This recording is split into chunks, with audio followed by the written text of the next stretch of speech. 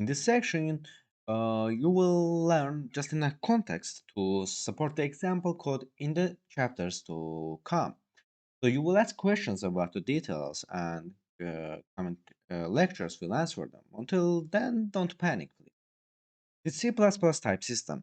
C++ is an objective or object-oriented language. So objects are abstractions with a state and behavior. Think of real-world objects such as a light switch. You can describe its state as the condition that the switch is in. Is it on or off? What is the maximum voltage it can handle?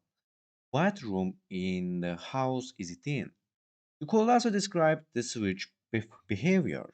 Does it toggle from one state on to another state?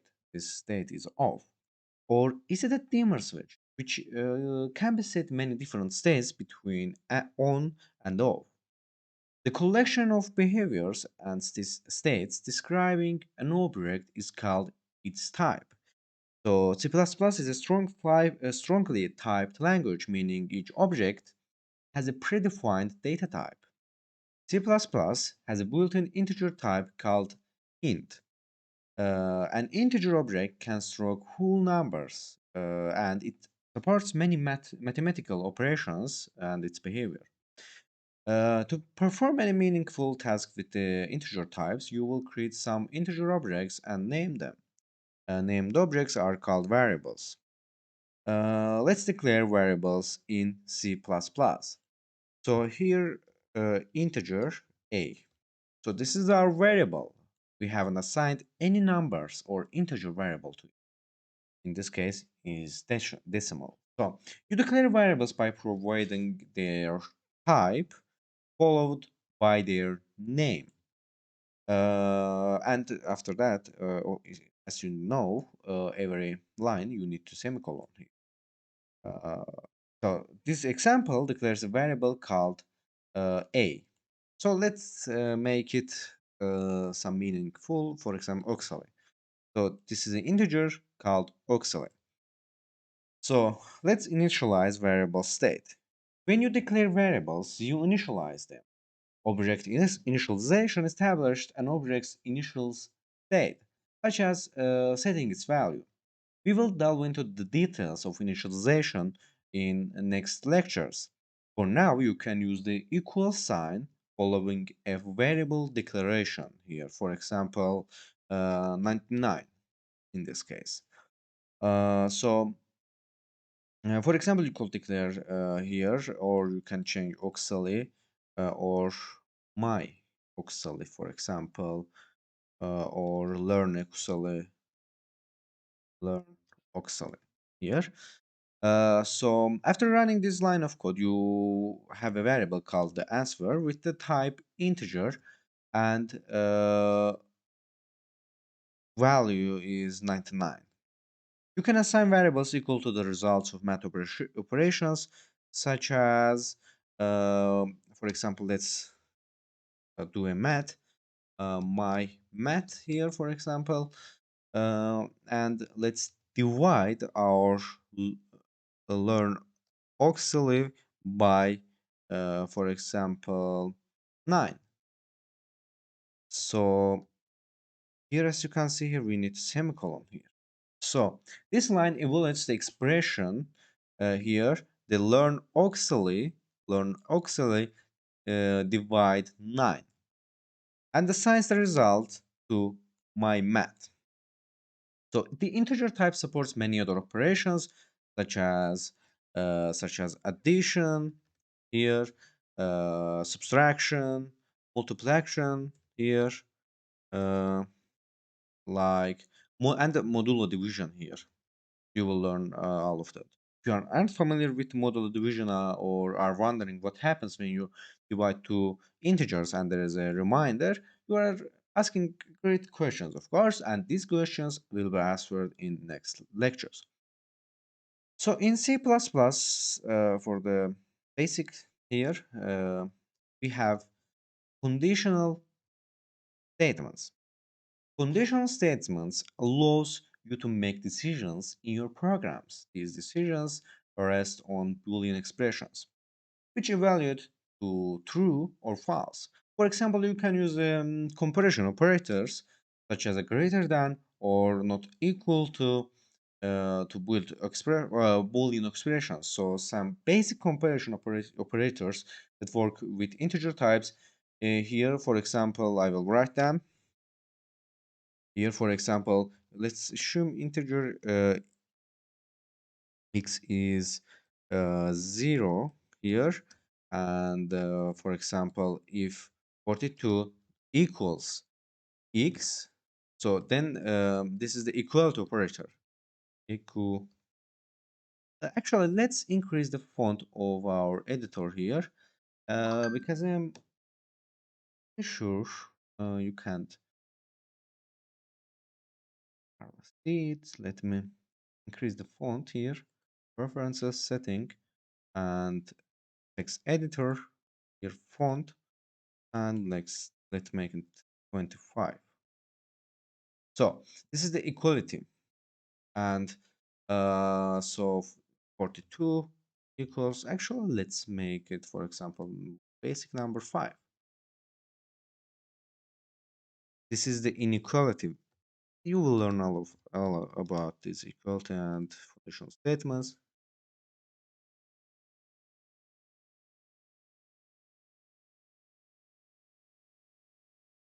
Actually it is that.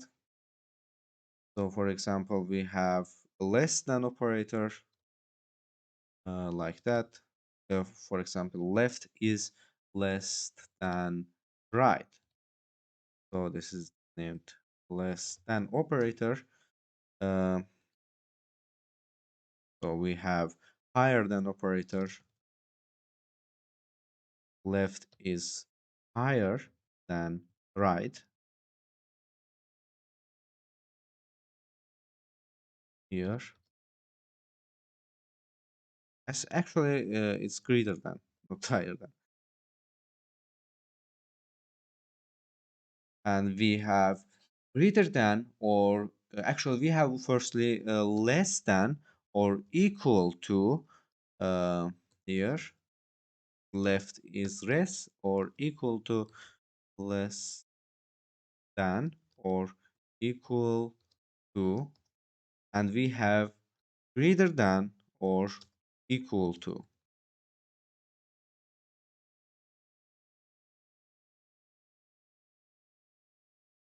or equal. And here we have this is the conditional statements. So this program produce no output, of course. So let's try it. Run this program here.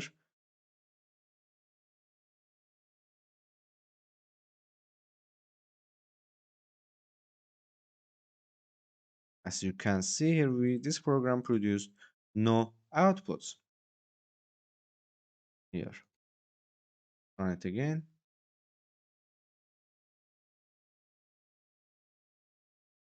Here.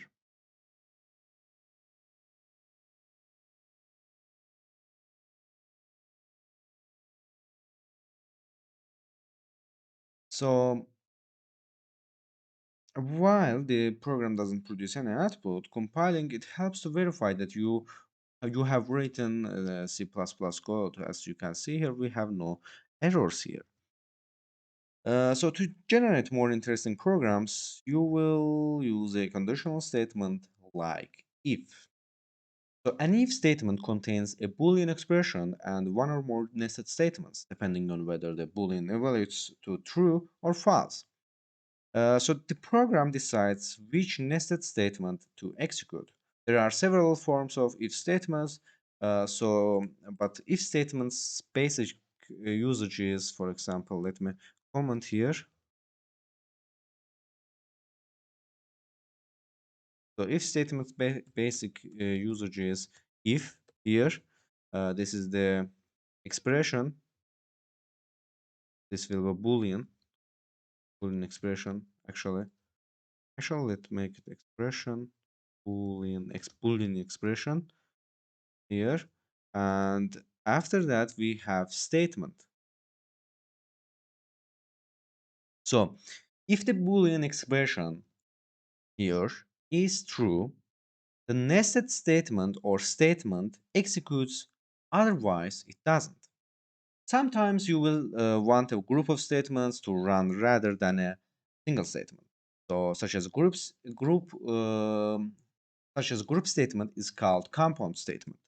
So this is the usual if statement, and we can write compound statement with these curly braces. For example, we can write here statement one. Here we can write statement two, statement three, statement four, and so. So if the Boolean expression is true here, let me write here. If the Boolean expression is true here,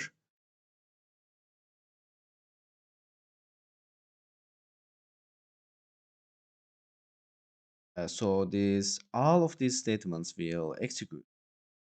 So if not, these statements will not execute, as you've seen in previous example of our just simple one statement Boolean. So we have you can elaborate the if statement using else if and else statements. So these optional additions allow you to describe more complicated branching behavior. So here, let me write a basic if else and else if statement here. So if boolean expression one true, then execute statement one. So else if here you will understand that here I will tell about you here boolean expression 2 is equal to statement actually it's if this boolean expression 2 is true, then execute statement 2, else execute statement 3.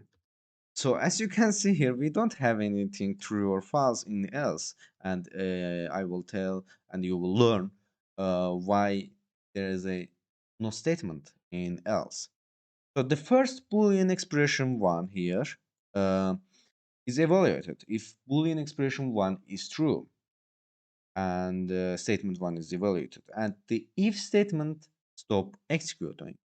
If Boolean expression 1 is false, here, if this statement is false, then this Boolean expression 2 is evaluated. If it's true, statement 2 is evaluated. Otherwise, statement 3 will be evaluated without questions. So, note that the statement 1, statement 2, and statement 3 are mutually exclusive, and together they cover all possible outcomes of the if statement. Only one of the three will be evaluated. So you can include any number of else if clauses or omit them entirely. As with the initial if statement, the Boolean expression for each else if clause is evaluated in order. So when one of the Boolean expressions is evaluated to true, evaluation stops and the corresponding statement executes. If no else, if evaluates to true, the else clause statement 3 here is always executed. As with the else if clauses, so the else is optional. So you can write if, but if you don't want here you can these are the optional function actually optional conditions, but they are useful of course.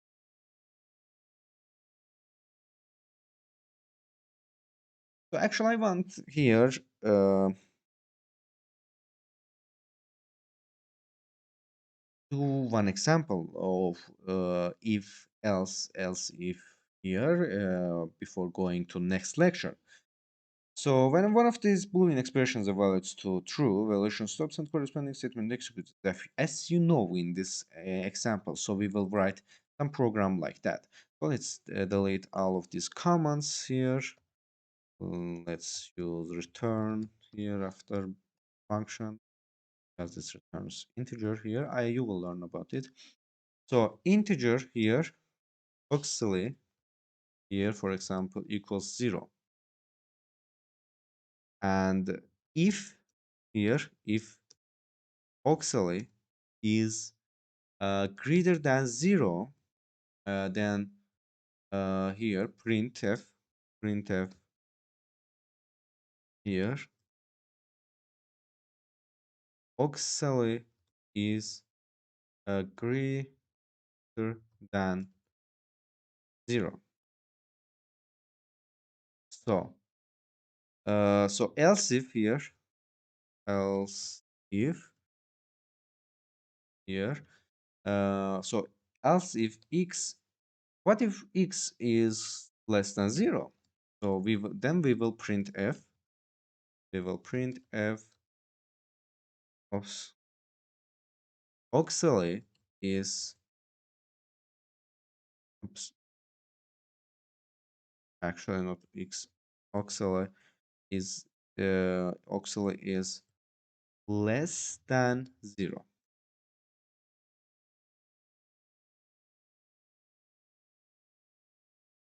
So else if, actually not else if, we will write just else, printf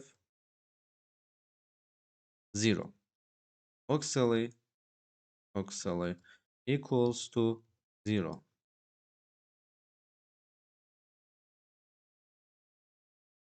So compile the program here and run it here.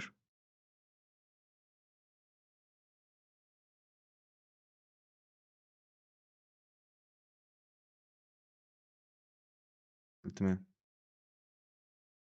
terminal, and here let's execute our untitled exit. Not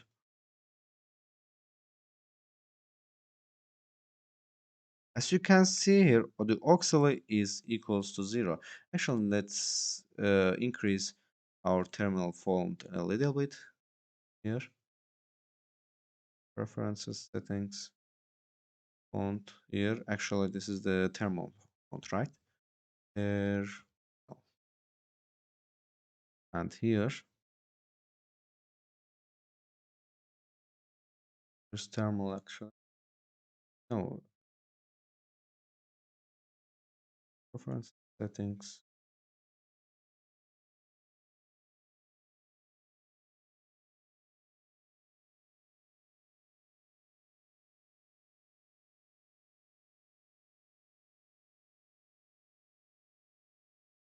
Here is a terminal, and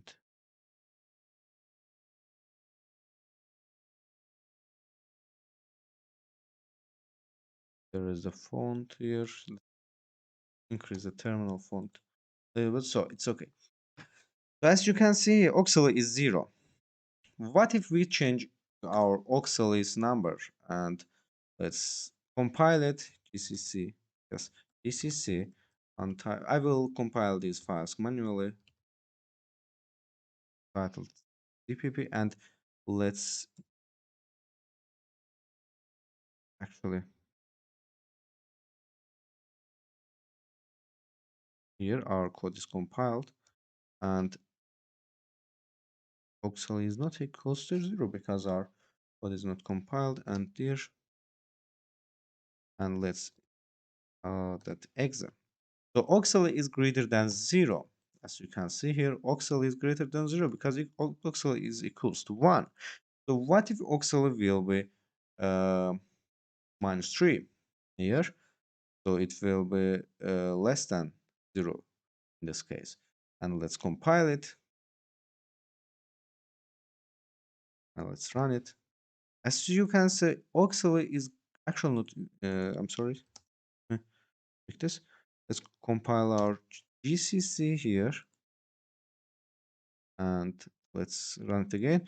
Auxiliary is less than 0 because auxiliary is minus 3, so it's less than 0. So what if OCSALY don't have any values?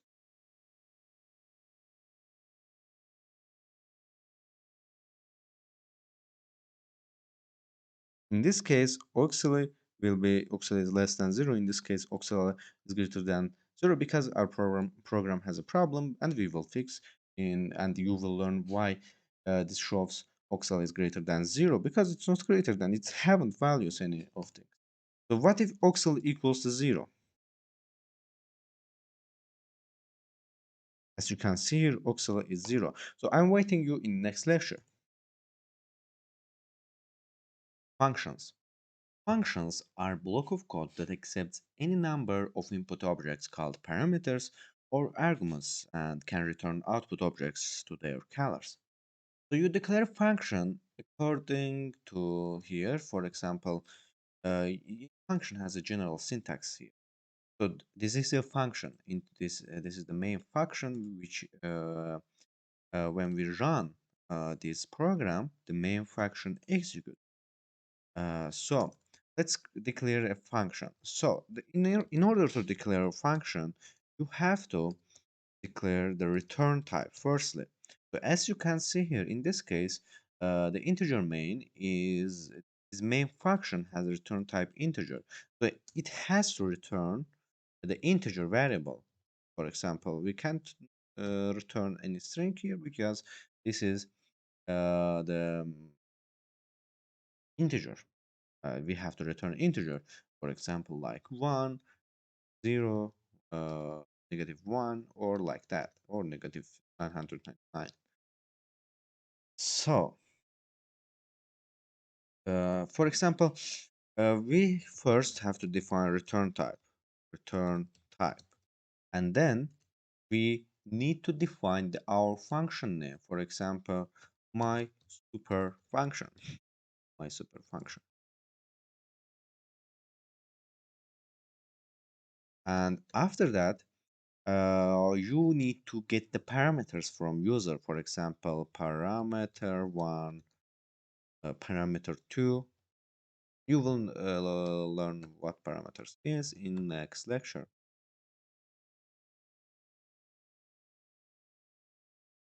And like that, parameter 3, parameter 4, and the other way. So then you open the curly braces. You can open here or you can open here. It depends on your coding style. So and after that you here you are your function codes. So your function code will run and execute when you call this function. And after that, as you know, we defined some type to return the function. So it needs to return something with that type. So in this case, after ending your code, you need to return the value, some value, return value here. And then here, let's go through it again. So the first part of the function declares is the type of the return variable. So for example, in this case, in this main case, it's integer. When the function returns a value, the types of returns value must match. So this return type must match the returning variable. So the type of return value must match the return type here. So then you declare a function's name here. So after declaring the return type, of course, a set of parentheses following the function name here, as you can see here, um, and this contains a number or comma separated input parameters that the function requires. So each parameter also has a type and a name. Here, parameter one. In this, the main function we have parameters. So parameters represents the object passed into a function. So a set of braces following the function here list contain a function's body here. As you can see in our function body, it's integer main function body definers. So this is a compound statement that contains the function's logic. Within this logic, the function might decide to return a value, function scalar, So function that return values will have one or more return statements. Once a function returns, it stops executing and the flow of the program returns to whatever called the function. So let's create an example here. For demonstration purposes, this here, let's select actually. I think you understand that, and we will go through it again. It's just a brief introduction to C++. So, for demonstration purposes, this lecture shows how to build a mathematical function called here, for example, OCSALY function that returns -2. In this case, so we will actually create a -2 function that we will return some value. So here let's write it.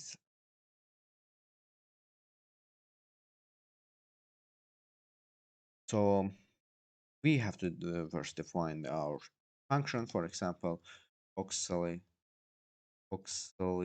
function, function, and then we have to define the parameter of our function. For example, in this case is my parameter here, and then here, uh,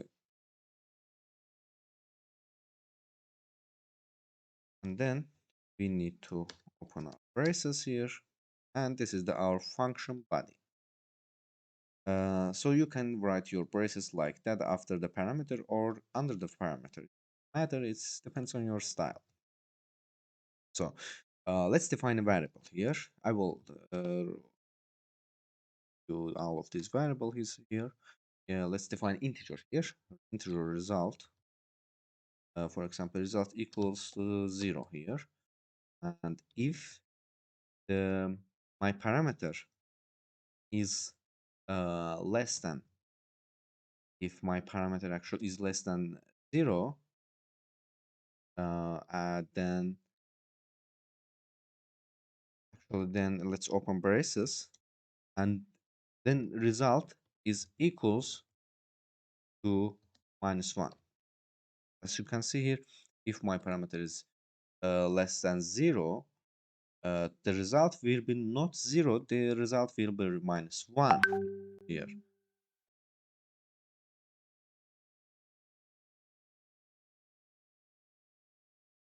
And then here, as you can see, result 1. As you learned in previous lecture, we have else if keyword here. We this parameter. Actually, you know it already. So else if uh, is our parameter. If our parameter, my parameter is greater than 0, then let's make result to positive 1, not to 0, positive 1. And then let's make an, so actually we don't have any, we don't have to assign any um, else here, because there is just two possibilities that can change the result of our program. So then after executing this, we have to return something, and we will return our result. So let's go through it again. Here. So the step function takes a single argument here. Actually, the OCSALY function. Here, this is the my parameter. There is here result variable is declared and initialized to 0. The next, the if statements sets result to 0 if it is the my parameter is less than 0. And next, the if statement sets the results to -1 if x is less than 0. If my parameter is greater than 0, then if statement sets result to 1. Oops. to 1. So final, the result is returned to color. So to call or invoke a function, you use the name of the desired function, parentheses, and the comma separated list, the required parentheses. So the compiler reads files from top to bottom. So the function declaration must appear before its point of first use. For example, let's use our function in our main function here. So let's clear values, my value 1, my value 1 here, and use OCSALY function here. So let's give it parameters, for example, 100. And then let's create another value, my value 2, OCSALY function, so function, example 0,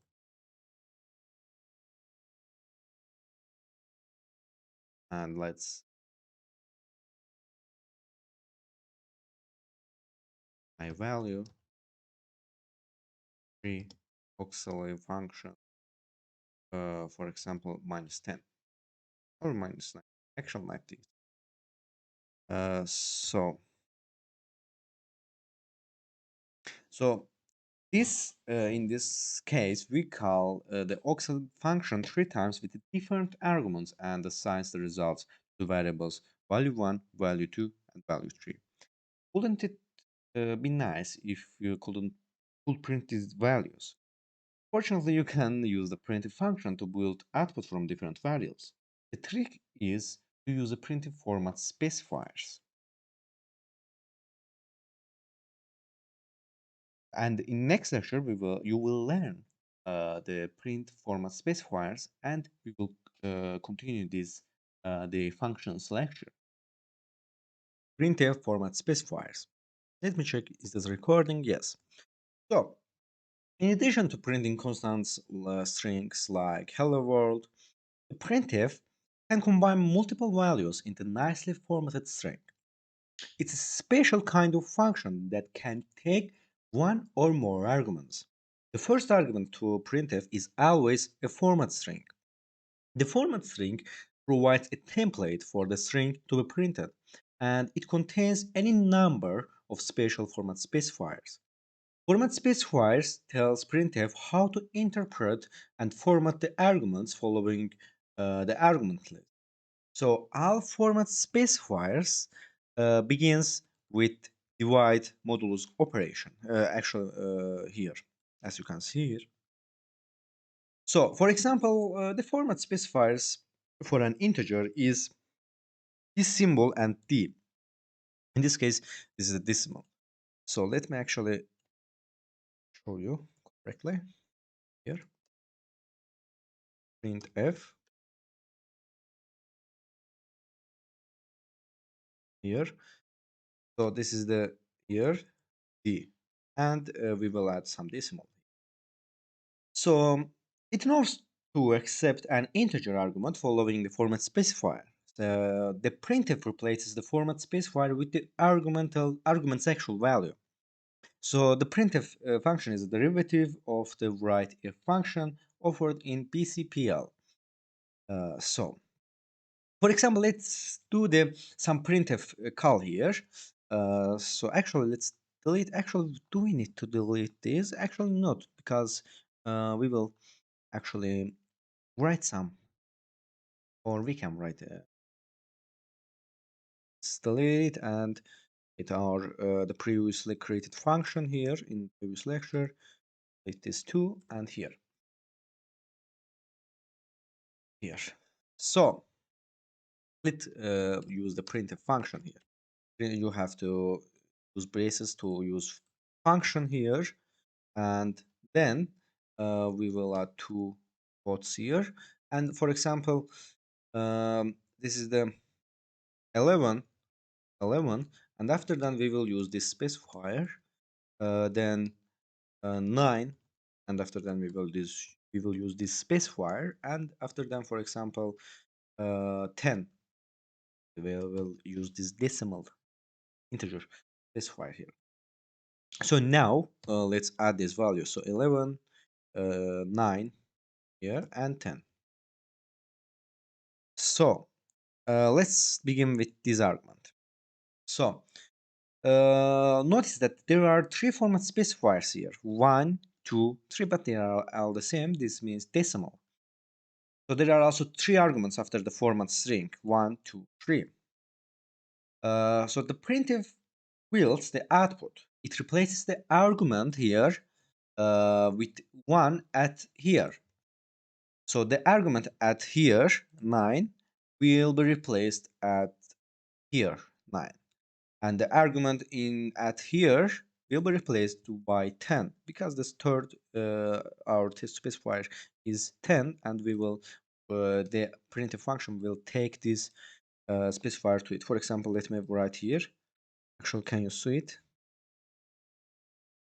So this, actually not, this here, like that. So people have really strong opinions about which standard output methods teach C++. Newcomers. So one option is a printf, which has a lineage that traces back to C. Another option is cout here, cout. So which is the part of the C++ standard libraries, this eustream library, and we will not use in this lecture here. So let's look at another example uses in our previous function here. Actually, it's back. So it is also here. This is our function. We created function. Let's empty this function here, and we will return some, for example, for now here. And let's begin by developing our function here. Actually, we will not develop function. We will use just here main. So let's declare a new variable now called num1 equals 42. I will tell, we will learn here result. You will learn all of this here. Let me just write here result 1. So this will be OCSALY function num1 here, OCSALY function, and we will pass this argument OCSALY function here, and then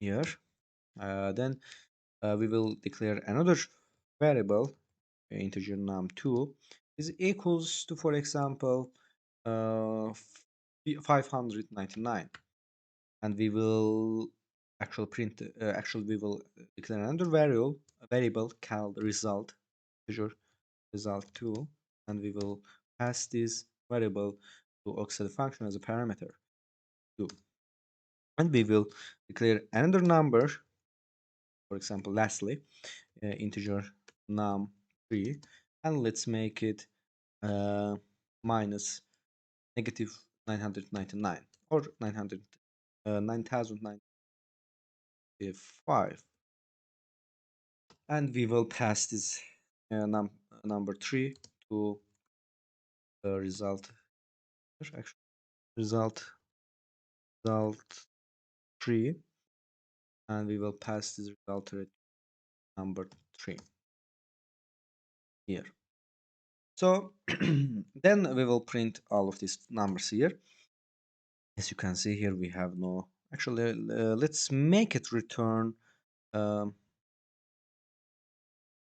actually not now, and we will print these functions. For example, printf here, firstly printf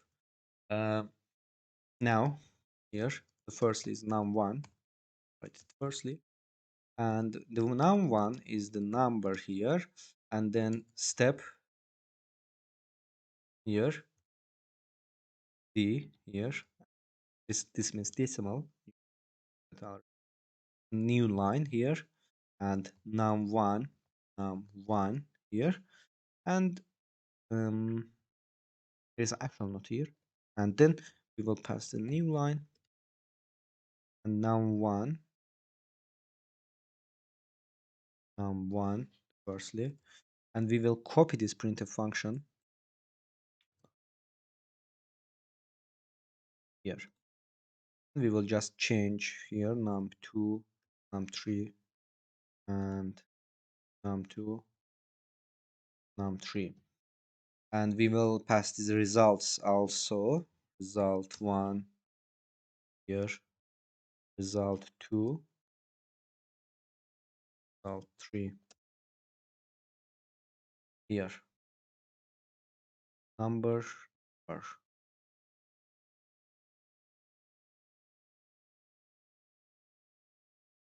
here, and now we pass these arguments, and after that we can return 0. So let's run this value actually, and we will talk about code later. So let's compile it firstly. Here, our C++ code here. Actually, can you see it? Terminal. Yes. So now we will gcc untitled. That wasn't declared in this scope. Here, it result the function. Here.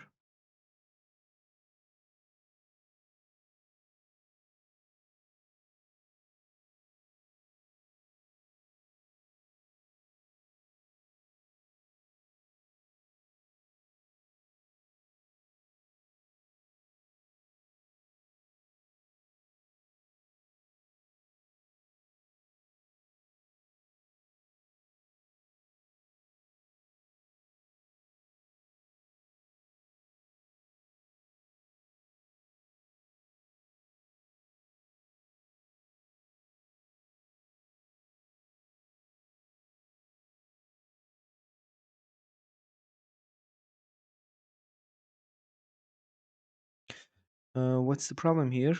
Error OCSALY function was not declared in this scope.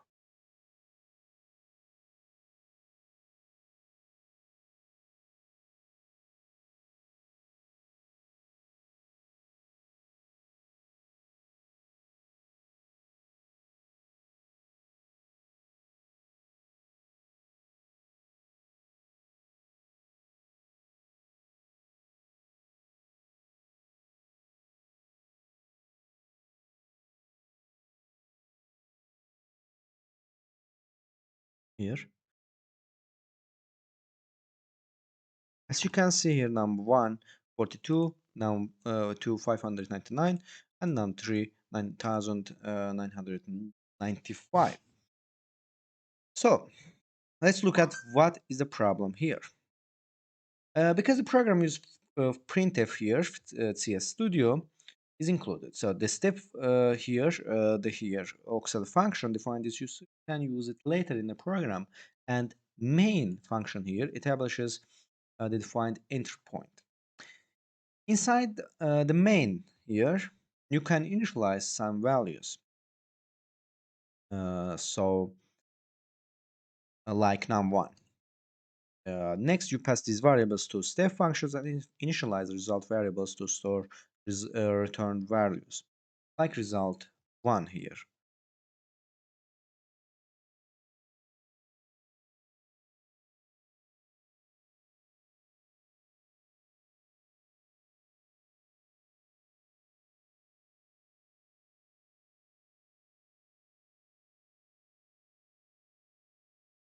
So we will now create another function that will check if, as we declared in previous lecture, we will check is this number is greater than or less than 0.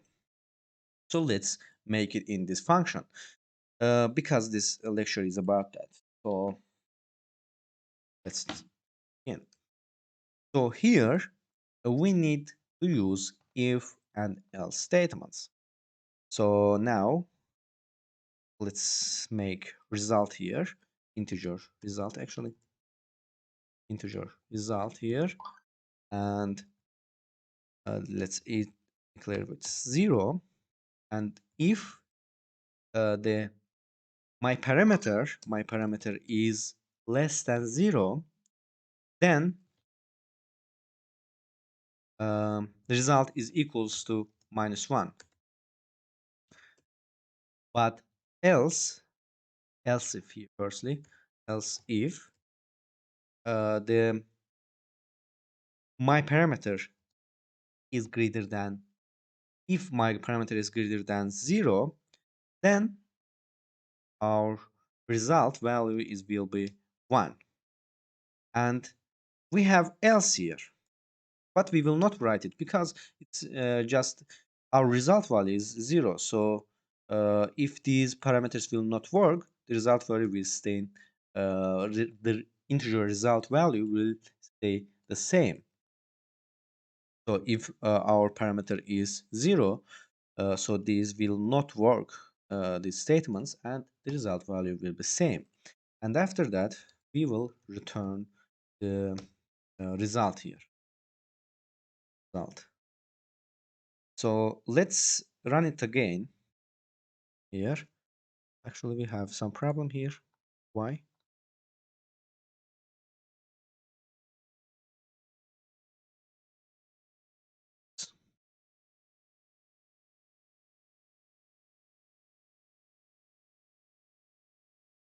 Here, end of the input. So we need the end braces. So let's run it again. As you can see here, the number one is greater than 0, so the step will be 1. Number 2 is greater than 0, the step will be 1.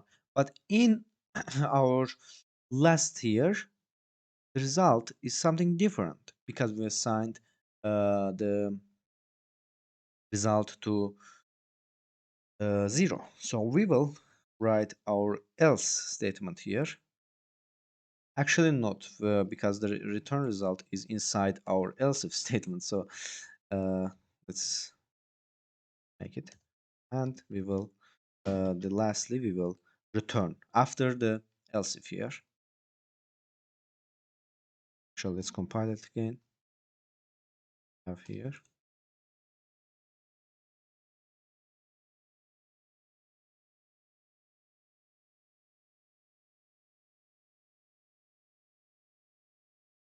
here. Oh,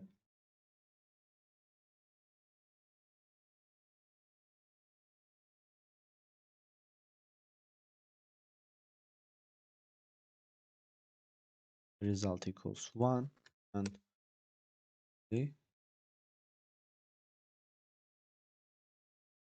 here, and let's compile and let's run it. As you can see here, when our num3 is less than 0, the step will be -1.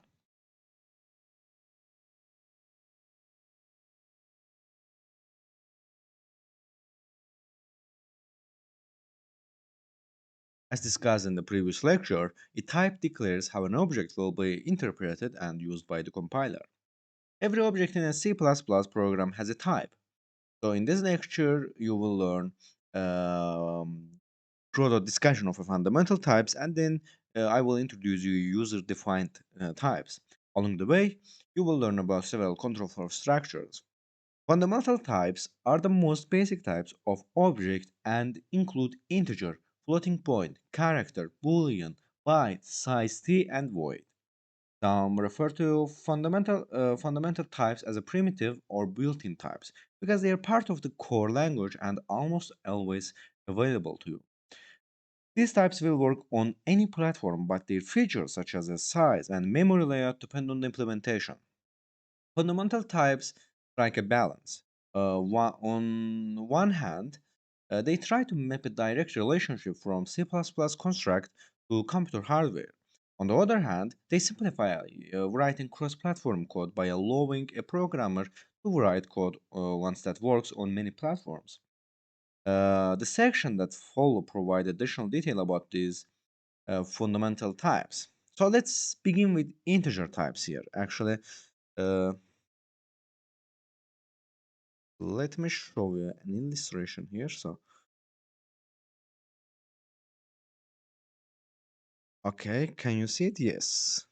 So, integer types store whole numbers, those that you can write without a fractional component. The four size of integer are integer, integer, and long integer. Actually, let me show you.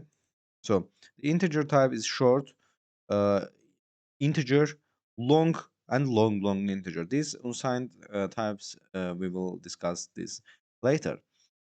So each can be either signed or unsigned. In these integers, a signed variable can be positive or the signed variable can be positive, negative, or zero, and an unsigned variable must be non-negative. So integer types are signed and integer by default, which means you can use them um, shorthand notation in your program, like actually, let me show you. Uh, so you can use actually let me. So this is the commands. Actually, they are pretty basic things, so you know already. So actually, let's delete our program here. So let's delete this breakpoint here. So you can declare variables like signed, unsigned, short, long, and we will now declare variables. For example, short. For example, short my var and zero. We can declare variable like that, or we can declare long variable here. Long my var my long here and then here. For example, we can declare double long, I double long here. You can write even more numbers to in it, and we can also declare, for example, short integer. For example, short int here one. For example, we can write long integer here like that. And write long integer like that here. So actually, let me show some illustration here. So the you what you can see here, these are the in this illustration. These all in this illustration, I listed all available C++ integer types, whether each is signed or unsigned, the size of each in bytes across platforms, as well as the format specifier for each. Notice that the integer type size vary across platforms. For example, 64-bit Windows and Linux or Mac have different size for long integer here. Let me so delete here. As you can see here, the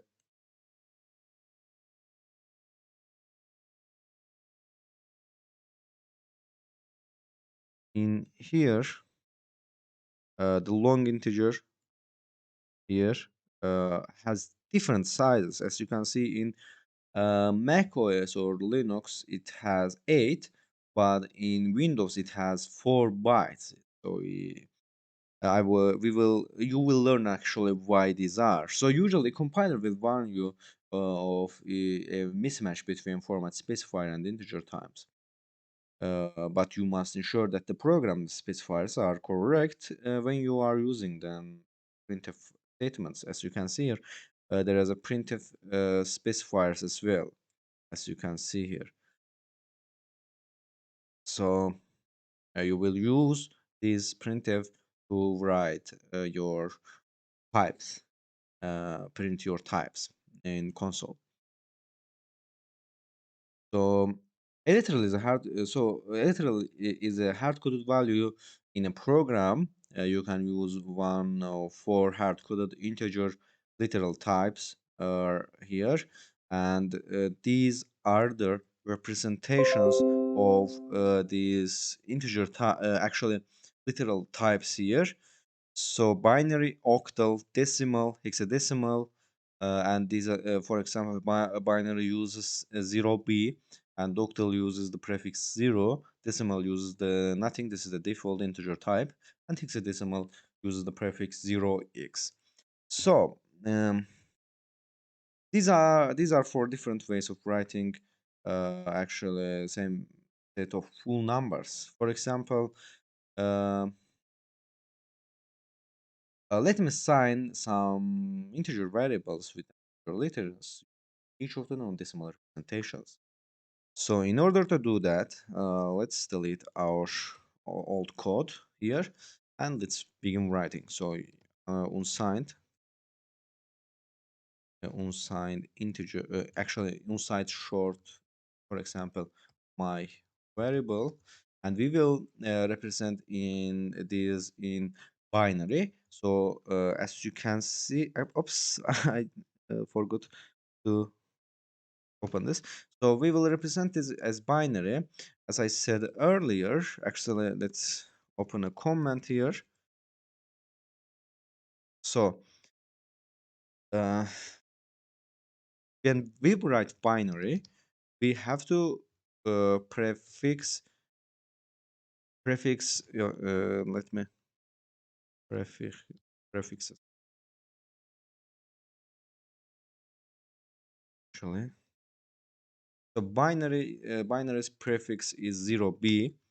Octal prefix is 0.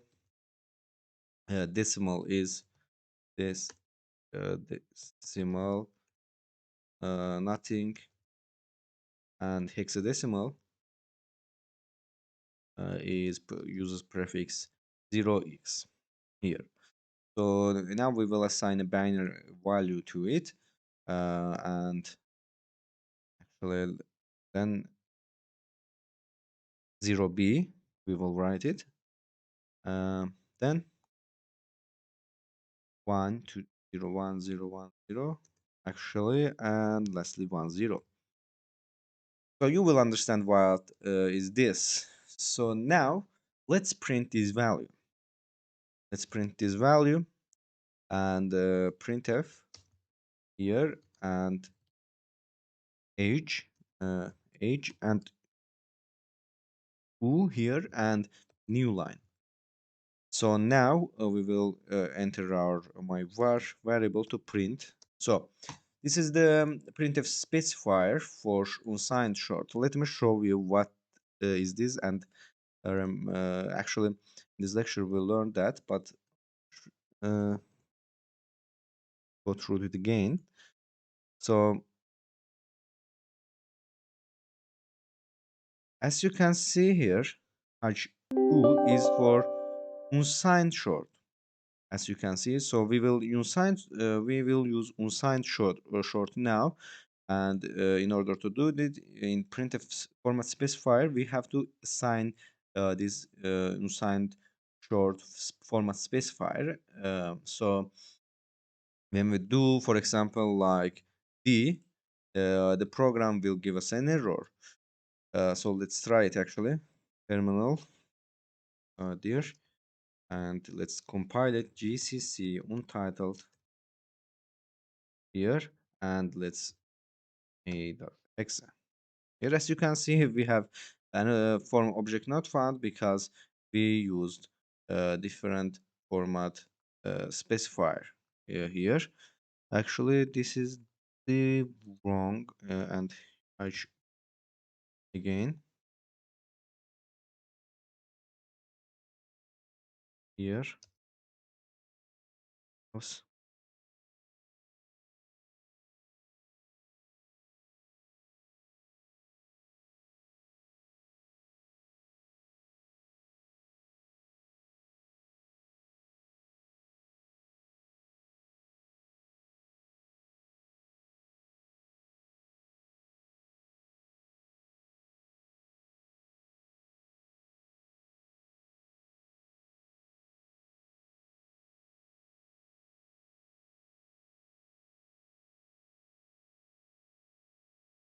Actually, it's this hash and h here. We will again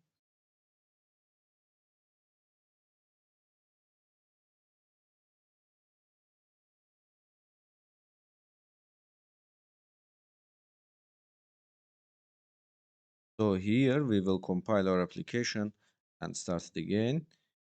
So in order to compile it, gcc, uh, our file name is untitled cpp, and let's run our compiled exe file and a.exe. As you can see here, we printed our value. We write here the uh, the binary value on it, and we get um, 170 because by this value equals to 170 in binary. So let's try, for example, use decimal printf number because it will give us an error here. Actually, not. Let me save it here and this here. HO. So actually, let's generate another value again here. Um, integer. This will be integer. B, for example, integer or my integer here. We will give that value 0 for 0, 1, 2, 3, and we will printf, and we will printf decimal here. Decimal, new line, and let's pass our value as an argument, my integer, and quote here, and let's define another unsigned long variable, unsigned long long, uh, and let's my d long, and equals to actually equals to actually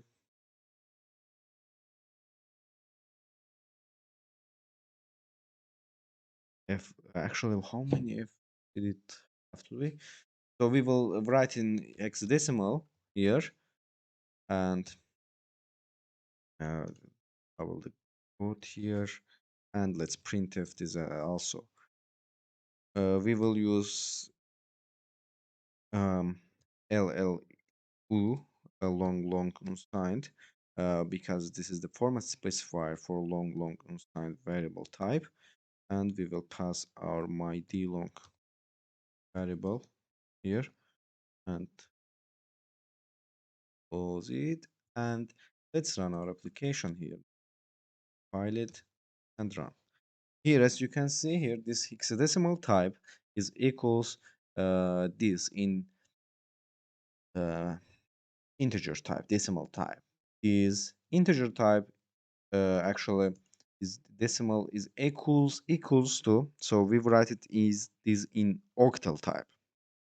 So 0, 1, 2, 3 octal equals to 83 in decimal, and this we will write it this in binary, binary code, and this binary code, when we convert that and print in console, we will get 170.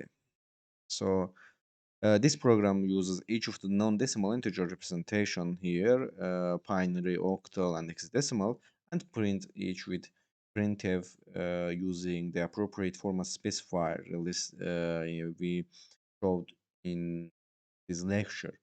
The output from each here, the printf appears um, like that in decimal value. Sometimes it's useful to print an unsigned integer in its hexadecimal representation, or rarely its octal representation. You can use the printf specifiers, like for example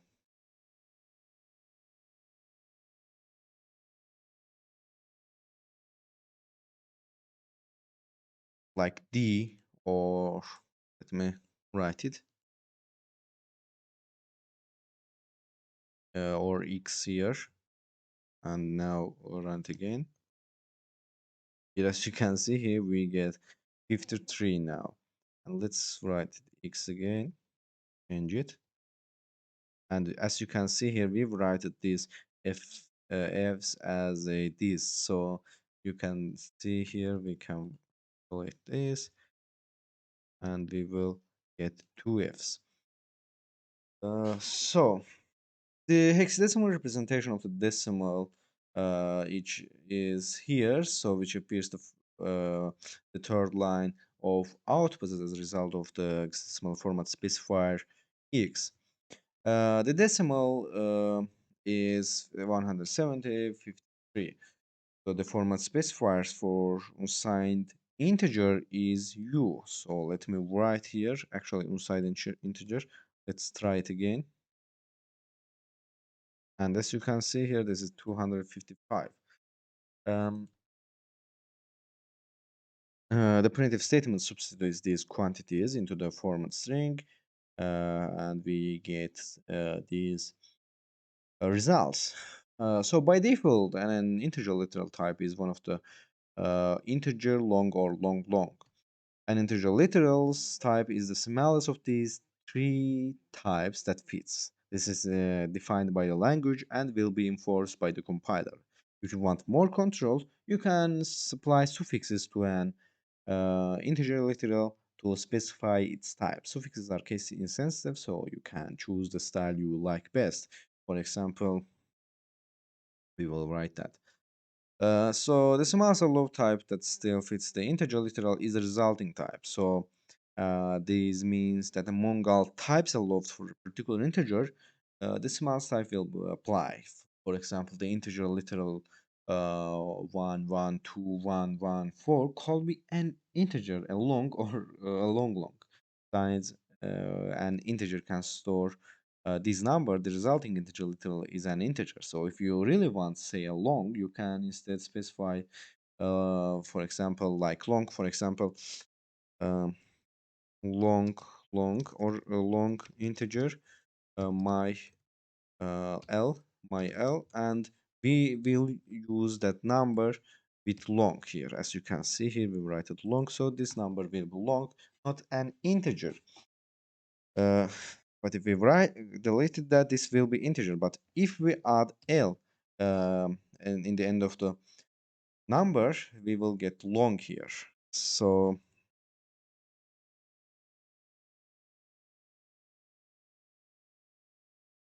floating point types.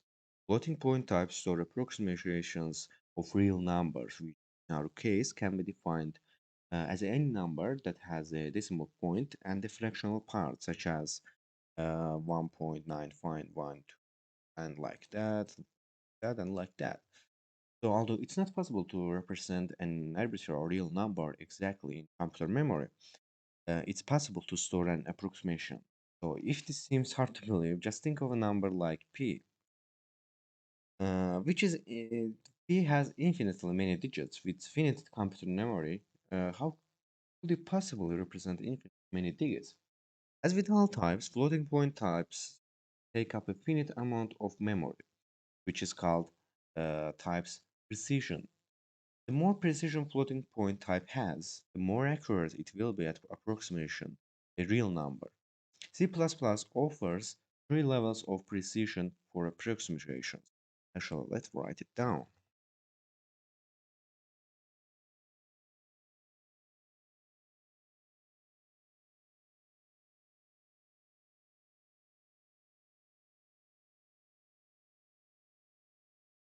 Here is the float, which is single, a single precision. We have double, the double precision, and we have long long double, which is the extended precision.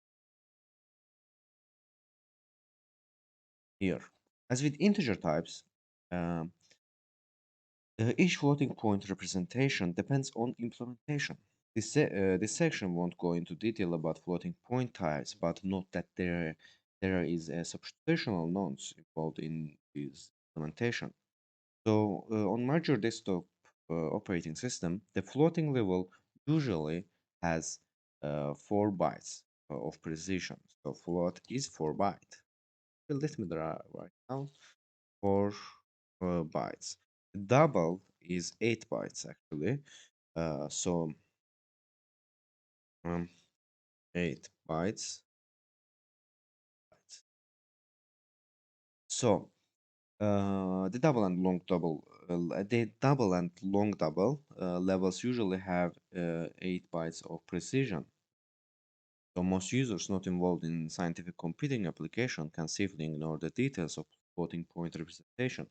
In such cases, a good general rule is to use double.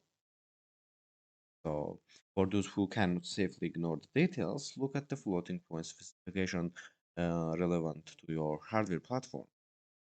So let's begin with floating point literals. Floating point. Floating point literals are double precision by default. If you need a single precision, use an F or F suffix. For extended precision, use L or L. Here, so let me write that down here. So tiny variables here. Example float defined for A. This float is equal to F double A, or let's define a variable long double D. This will us L. So you can also use scientific notation literals, for example, double uh, Planck's constant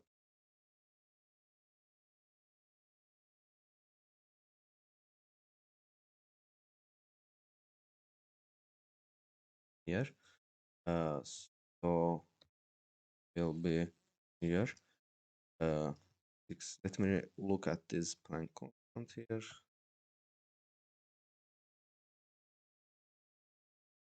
Here, and after that A39. Here, this is the scientific. So no spaces are permitted between these significant and the suffix. The floating point format specifiers in printf. The format specifier f displays a float with decimal digits, whereas uh, e displays the same number in scientific notation. You can let printf decide which one of these two to use with the G format specifier, which selects the more compact of E or F. So let's actually write printf here. Print. So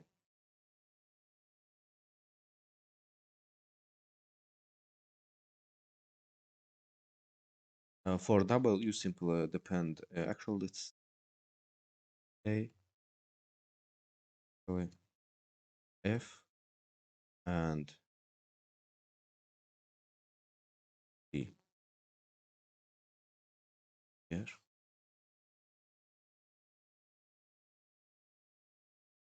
So let's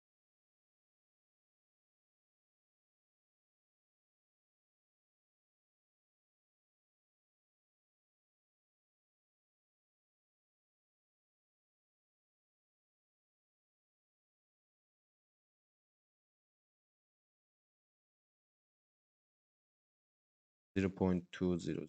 As you can see here, this additionally added these numbers because we write it down with F format specifier. So for W, simply pretend an L, lowercase l here, to the desired specific specifier. Actually, run it here. Printf lb here, and you can write for long double. You have to write L here.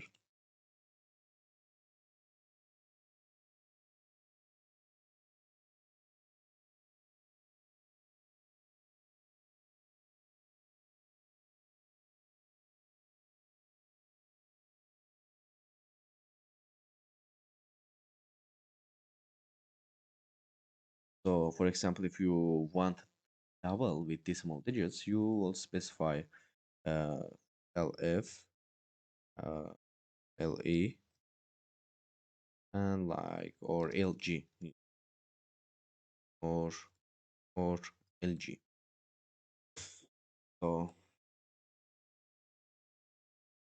uh, consider here. Let's write a program for more understanding. So let's define number double here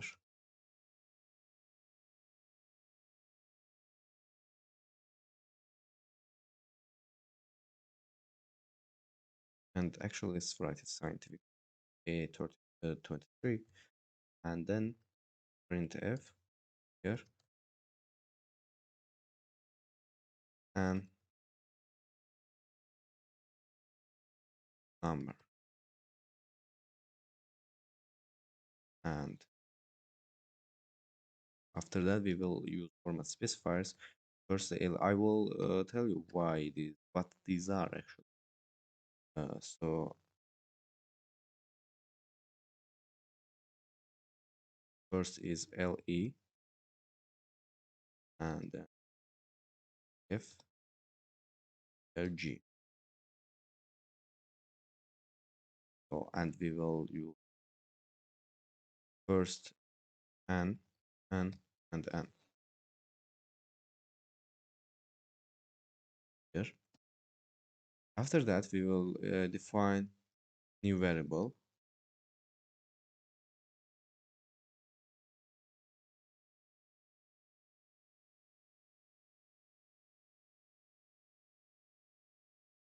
So we will define new variable float HP and here for example 9.25 and let's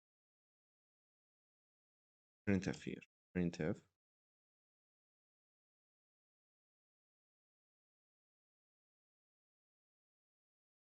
HPs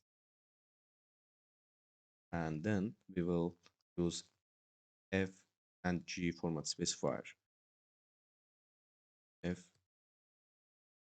specifier new will print 3 times HP because we used times of our specifier.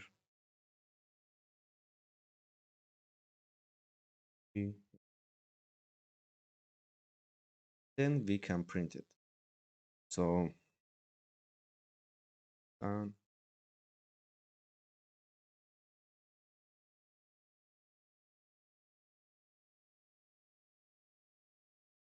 where is the problem here? And let's print it. As you can see here in n's number, we write it with LE. So in this case, when we write LE, the number prints like that. But when we write LF, actually, let's start with N. So this program declares a double called N. So the format specifier LE here gives you scientific notation like that. This is the LE format specifier. Um, and LF here gives gives the decimal representation of this number here, the decimal representation of this number. And LG here is why I choose the scientific notation here like that. This is the scientific notation LF, LG actually. So the float called HP uh, produce similar printf output, the E, F, and G specifiers.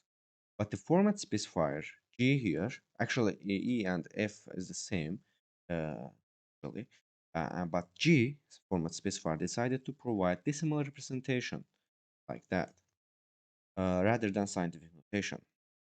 So as a general rule, use G to print floating point types. In this lecture, you will learn character types. Character types store human language data. There are six character types. Are, for example, let me write that down. The first is char here, char here. The second is gr16 and underscore r. Actually, not r, the t, and character 32 t we have here, and we have signed character, and we have unsigned character, and we have lastly w character r. So let's talk what these are.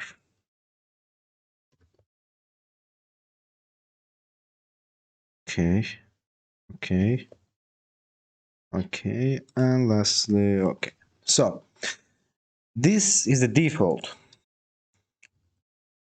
Yeah, and this default character is um, 1 byte. Actually, always 1 byte, and it can be signed or unsigned.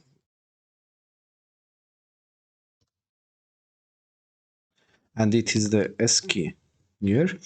And we have character 16 T here.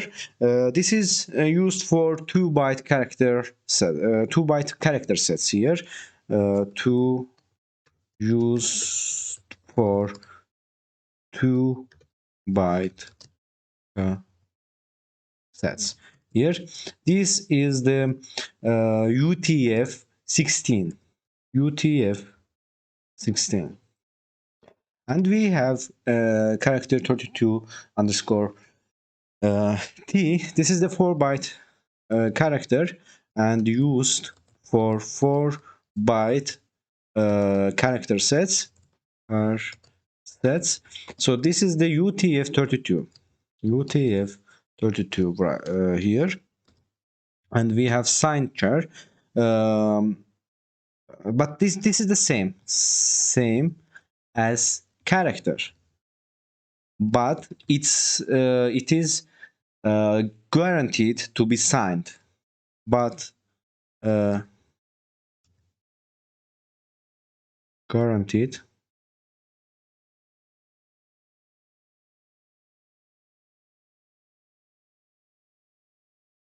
to be signed. And this is the unsigned. This is the same as character, but this is guaranteed to be unsigned. And lastly we have large W char T. It is the large enough to contain the largest character of the implementation's local. So this is the Unicode. So the character types here, character signed char and unsigned char, are called narrow characters, whereas character 16T, character 32T, and W character T are called wide characters due to their relative storage requirements. Character literals. Character literal is a single constant character. For example, single question marks surround all characters like that. For example, let's define new character here. Character, my character, and this is the character literal here. So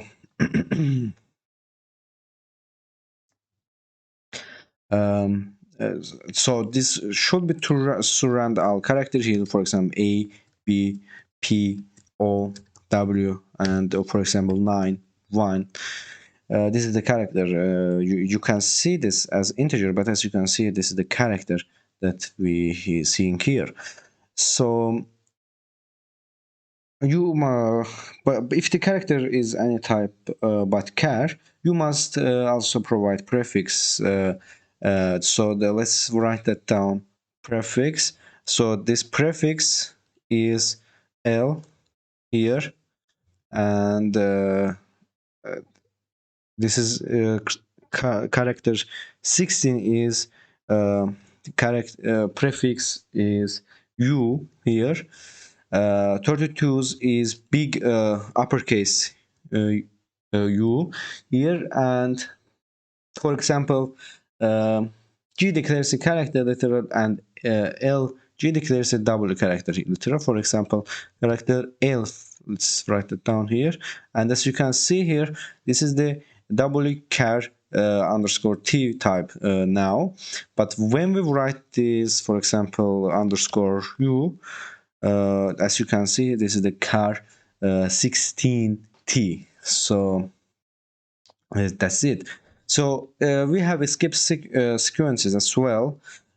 Some characters don't display on the screen. Instead, they force the display to do things like move the cursor to the left side of the screen. This means carriage return or move the cursor down one line, new line. Other characters can display on screen, but they are part of the C++ language syntax. Such as actually let me okay such as or double yes, it's double quotes, so you must use them very carefully. So to put the characters uh, into a char, you have to use the escape sequences. Actually, let's write our escape sequences, write it down in our uh, C++ file here. So let's begin escape sequences.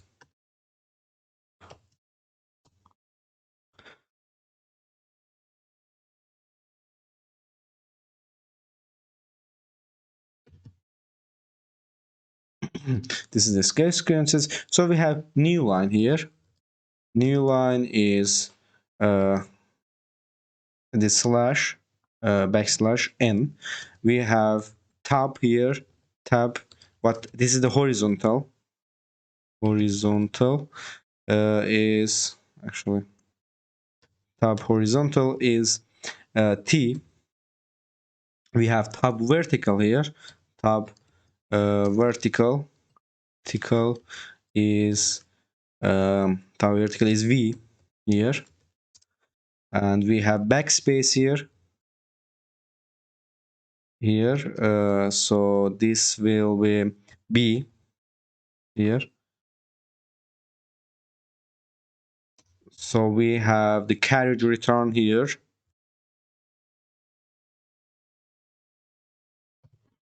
Here, this will be R.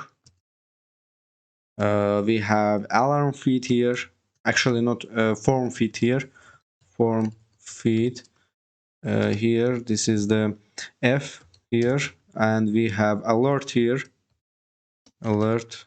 This will be A, and we have backslash here. This is the double backslash here. Actual double slash. We have question mark. You can write question mark like that, or like that in some cases here. We have single quote here. So when you write that, if you want to be if you want to write single quote in some string or character, you have to write that like that. As you can see here, there is no problem here because we write it single actual single quote here. So you have to write single quote like that in order to proper quote here, and this single quote doesn't mess with your character single quote. And we have double quote here. Double quote is like single quote. You just have to use backslash before your double quote here like that. For example, this is double quote. Oops. Okay, this is double quote. And lastly, we have the null character. Null character, and this is the backslash 0. So we have Unicode escape characters here. You can specify Unicode character literals using the universal character names, and you can form a universal character name in one of the two ways. The prefix U here, followed by the four-digit Unicode code point for the prefix uppercase U here, uppercase U, followed by an 8-digit Unicode code point. For example, uh, we can write some Unicodes here after these lectures, um, or we can actually let's write it down. Oops. My character.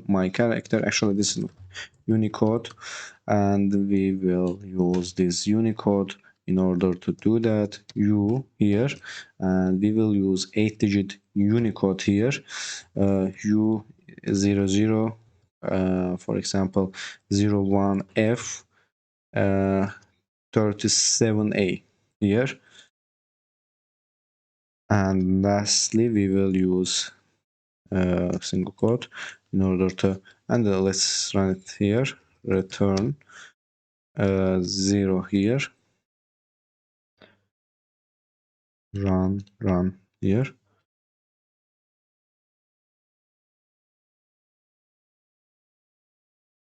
output actually the there, save it, gcc untitled cpp, a large integer return to type. Actually wchar is not the Unicode here, so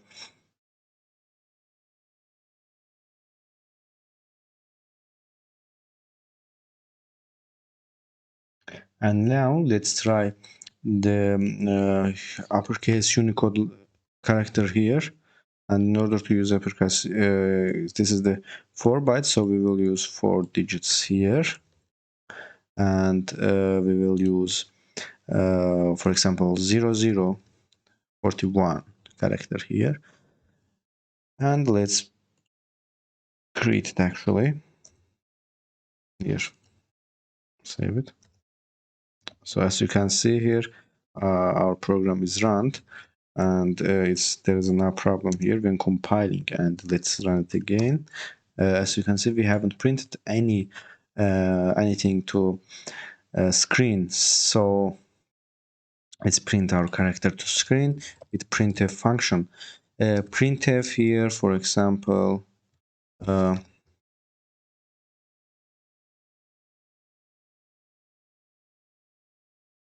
lc here, I think, yes, lc, and then we will use, after that we will use our code, actually our variable here, my Unicode, and after that we are free to compile our application.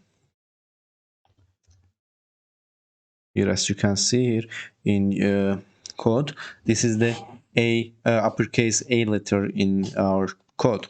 So let's begin with format specifiers with characters here. So here, and let's begin with format specifier. So the printf format specifier for character is C. So the W character format specifier is LC. I think we write that down here. Yes, LC. So let's initialize two character literals and use the variables to build a printf call. So let's begin. For example, character A1, for example, character, our A character A is actually it's not like that. So my character 1 is declared the, for example, M character here, M, and let's create a VW character here, the big character. My char 2 here. This is the second character, and we will use L to use this character here. L is the Unicode character. So L, and after that you enter your character here and here like that. And after that, here, what's the problem here? Target will assign type will overflow. Not acting there's no problem here, right? So then a large integer implicit thrown as a tool assigned type. It's okay. So let's build our printf function here, and then for example Windows binaries here starts with the first and the second character here. This will be my char, and this will be my char 2, and after that my char 1, my character 2, and let's end it here actually, and let's compile it here and let's run it. Windows binary starts with M and Z here. So this program output Windows binary starts with MZ event throat. The M is a narrow character char and the Z is a wide character. So printf works because the program uses the correct format specifiers. In this video, you will learn the Boolean types. Boolean types have two states, true and false. The sole Boolean type is a bool. So integer types and the Boolean types converge readily. The true state converts to 1 and false state converts to 0. Any non-zero integer converts to 3 and the 0 converts to false. So let's actually write it down. In this lecture we will learn Boolean types. Boolean types have two types, two states, true and false, and that's it. The Boolean is a true or false. So the Boolean literals. To initialize Boolean types, you use the Boolean literals.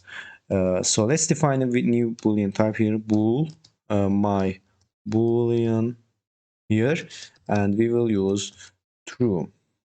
In this case, as you can see, my Boolean is true, but we can assign only true and false.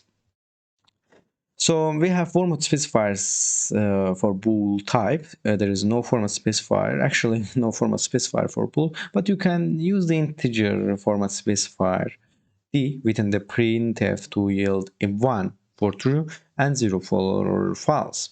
The reason is that printf promotes any integral value smaller than an integer to an integer. So actually let's do an example for it. So actually let's define the boolean variable named b1 and make it true. And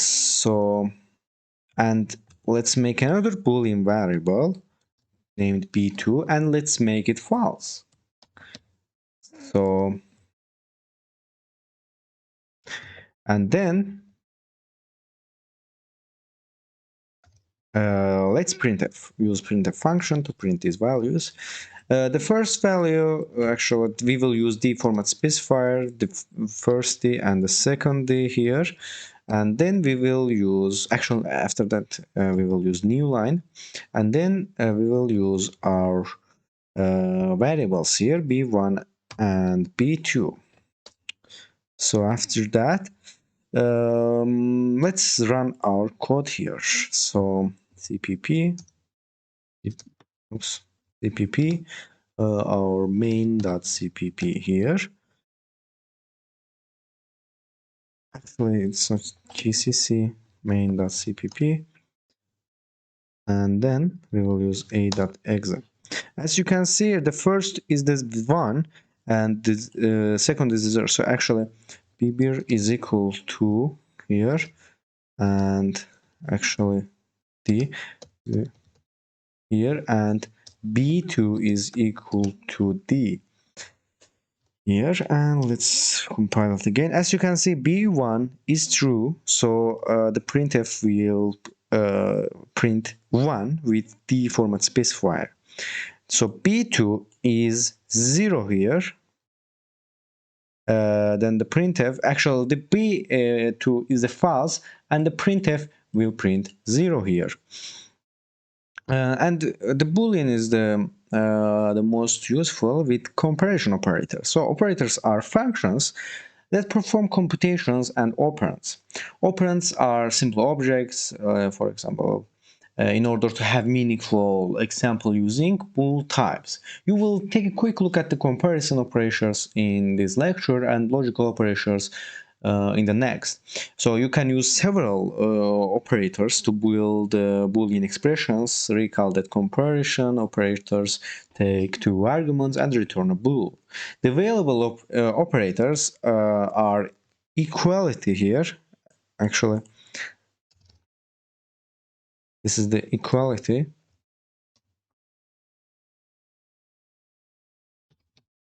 and inequality, the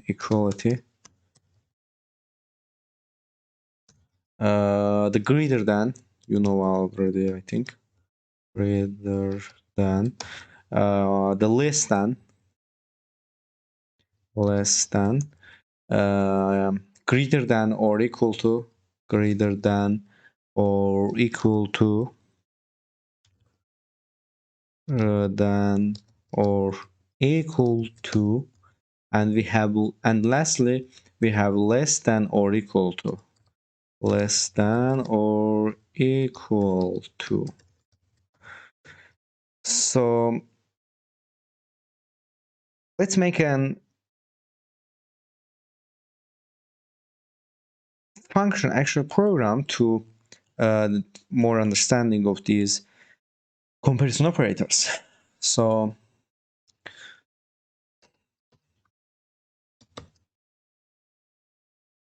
here, and let's use printf function to print these variables.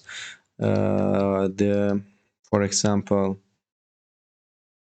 we will use 9 is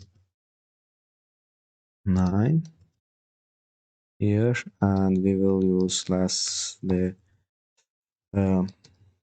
dn. So 9 is 9 equals to 9, and this will print as the boolean value. Printf, then let's check again. Is 9 isn't equal to 9 here, and this will show us this 1 or 0 value. 9 not equals to 9. Inequality here. This is the inequality comparison operator.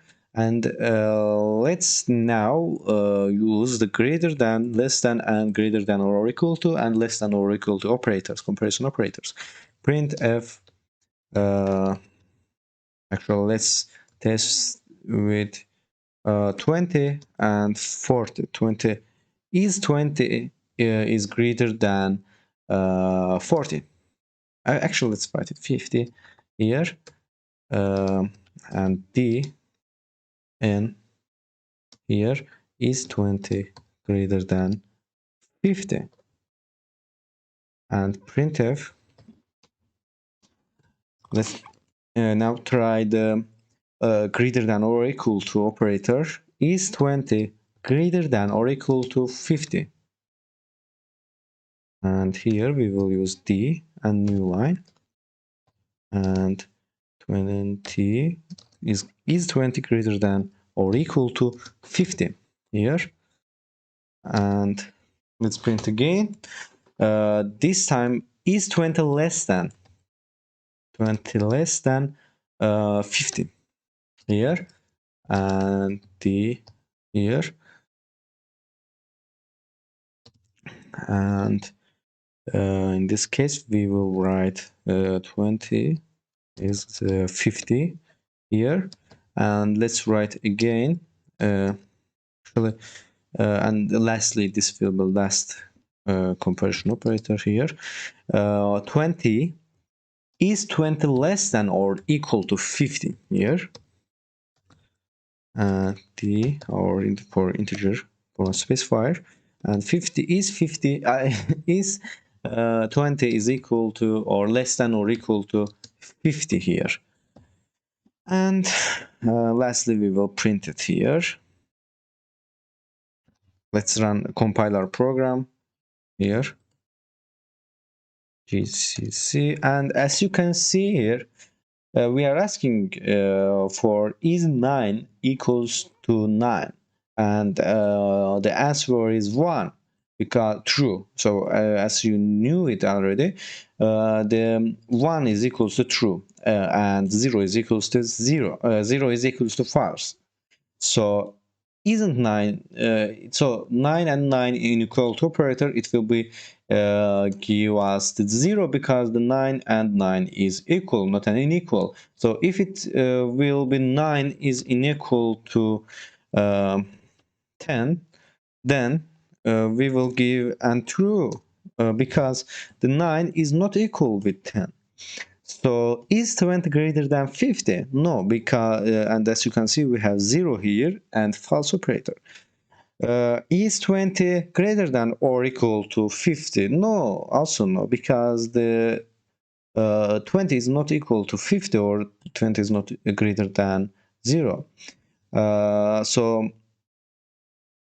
But if we write it down like that, printf is 20 greater than or equal to 50, then we will give an true, because I will actually not 50 here, 20. We will get true answer from our program, because I will over here 20 here. As you can see, is 20 greater than or equal to 20? Yes, because 20 is not greater than 20, but it's equal to 20. Is 20 less than 50? Yes, as you can see here. Is 20 less than or equal to 50? Yes, because 20 is less than 50.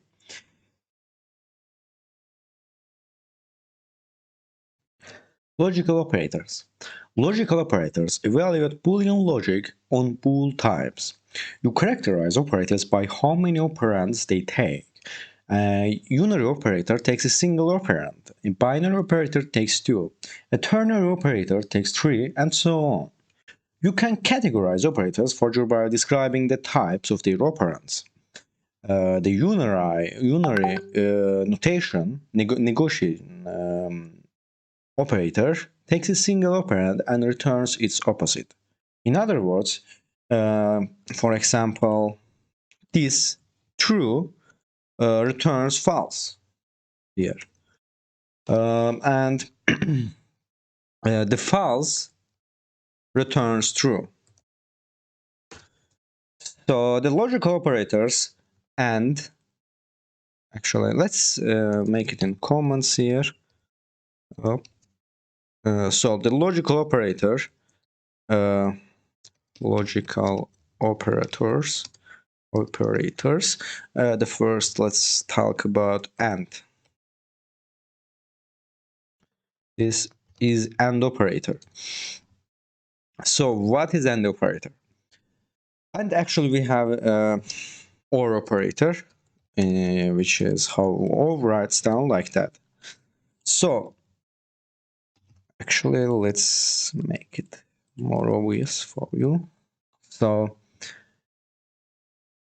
the logical operators and OR are binary. Logical AND returns true if only both of its operands are true.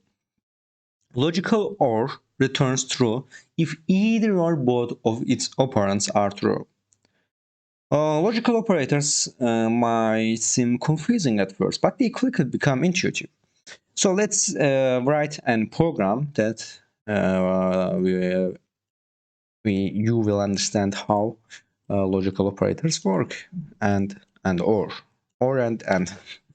So um, let's define bool here. Bool t, actually x here, x true. The x is true and bool I is false.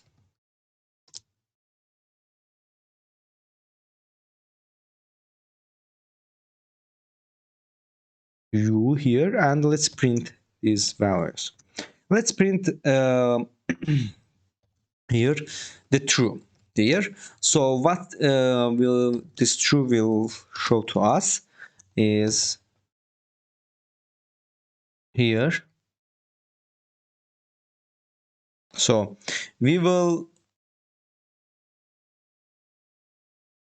this the x here is true, but in this case it will be false because the Turner operator will return the opposite here.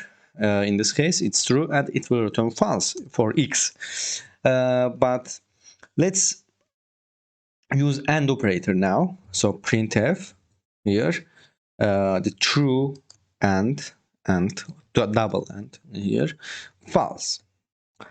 And what will this give to us here? The true is x and the false is here, and here you will see what these operators will give to us. Let's print f another here printf true and actually not and here not ternary false here, and d, actually let's make it new line here, new line, new line. And this in this case actually it's not like that. We will write this down like that here. We made a bit of a mistake, and now we will write it like x here, h, and and Turner operator y here, as you can see here. And then we will write another Turner operator here, that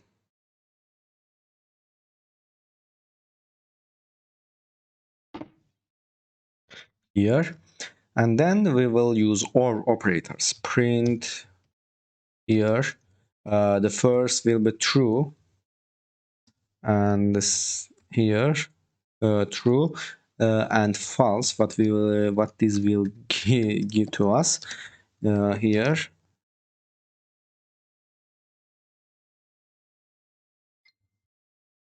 Here and t x and or f y here we will write it like that, and we will write lastly another or operator, printf true, actually the first will be false, false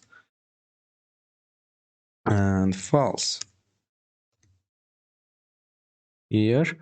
Then this will we will use x and y here, false. So let's compile this application and run it. So save here, and let's make a return statement here, and gcc. Oops, we have a bit mistake here. What's the problem? Integer main. You're unable to find C operator x with the constant char character 11. Oh, okay. We just need a little comma here, and let's run it. So in the first statement, the seventh line, our x here was true. So we, with before prefix Turner operator, we printed it like false, because this operator what it does. And here in 8th line, we have true and false. The first is true and x is true, and this is the false. So in this case, we will get 0, false, because in order to be true, the first and second operands has to be true. In this case, this is the one false. So then we have the third operators here. The first is true and the second is not false.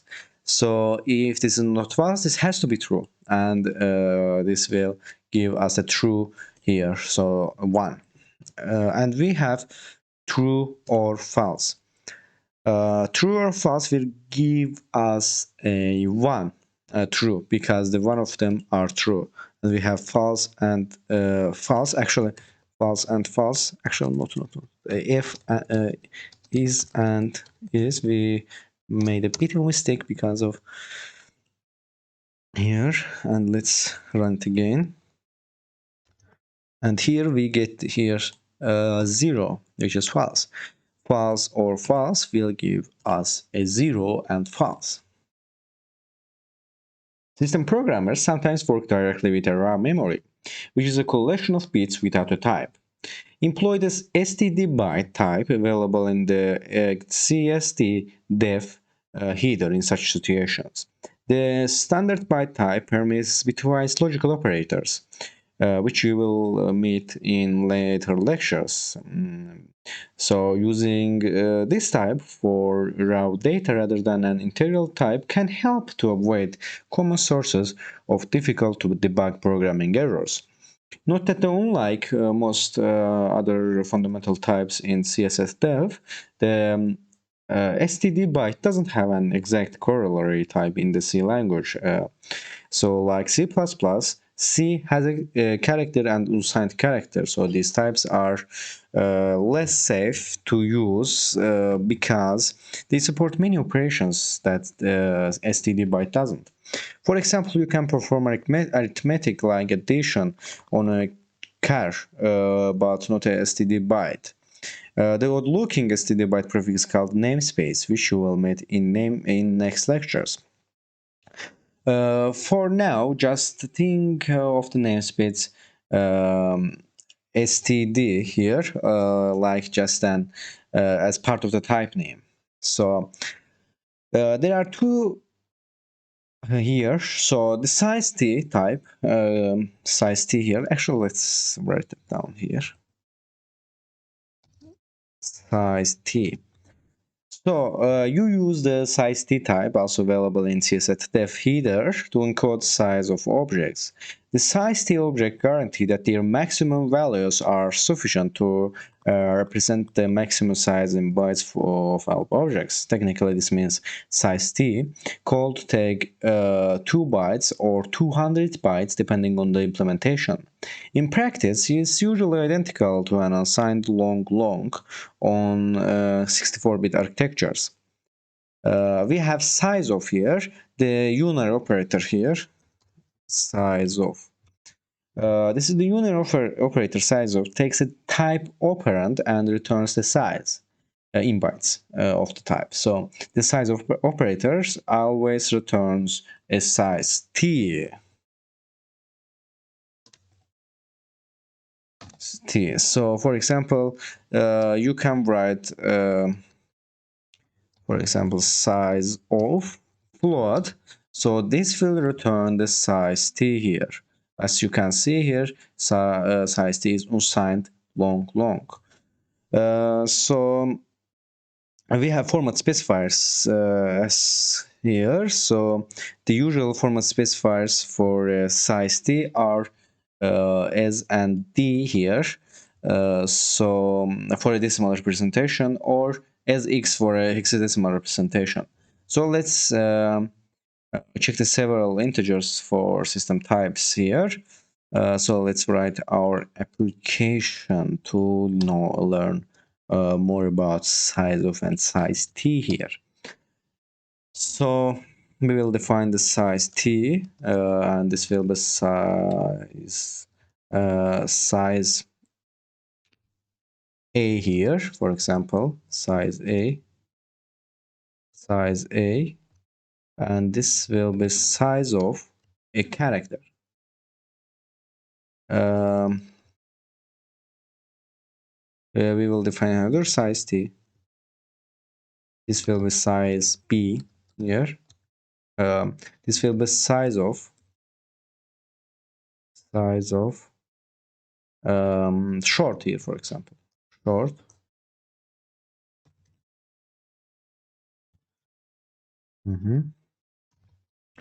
And we have size t. We will define size t and size c, for example. This will be integer, for example, size of an integer. And we will define another size t. This will be size d here, and this will be size of a long here. So we will print these values here. So now we will define another value, size t here, size for example size long here, and this will be size of long here, long here. We can use unsigned long as well. So now let's print these with their format specifiers. So here let's make here. In this case, the size of variable will be printf. Let's character. So this is the character. We will use character to identify in our output. This we will use a ZD format specifier, and after that let's use new line and let's print our variable size a here. And actually let's it's actually a bit confusing, so you can write these variables anything. I don't want to confuse you. For example, my character instead of size b, my short for defining variables, integer, my integer, my long, and here my long here. So this we will use characters, so my character, and then we will use printf here, short. This is the short to identify it in output here, ZD new line, and my short here. We have integer as well, printf integer, yes, integer, and we will use the ZD here actually, and we will print my integer variable here, my integer variable, and we will use another long here, long here, and this will be ZD here, and new line, and long, and oops, we have long here, printf long here, and we will use ZD new line and my long. So it's my long. So let's write it. Actually, let's compile it. GCC. And so as you can see here evaluates the size of a character, the firstly, then short, then integer, then long, and lastly then long, and prints their size using the ZD format specifier. So results will vary depending on the operating system. That each environment defines its own size for the integer types.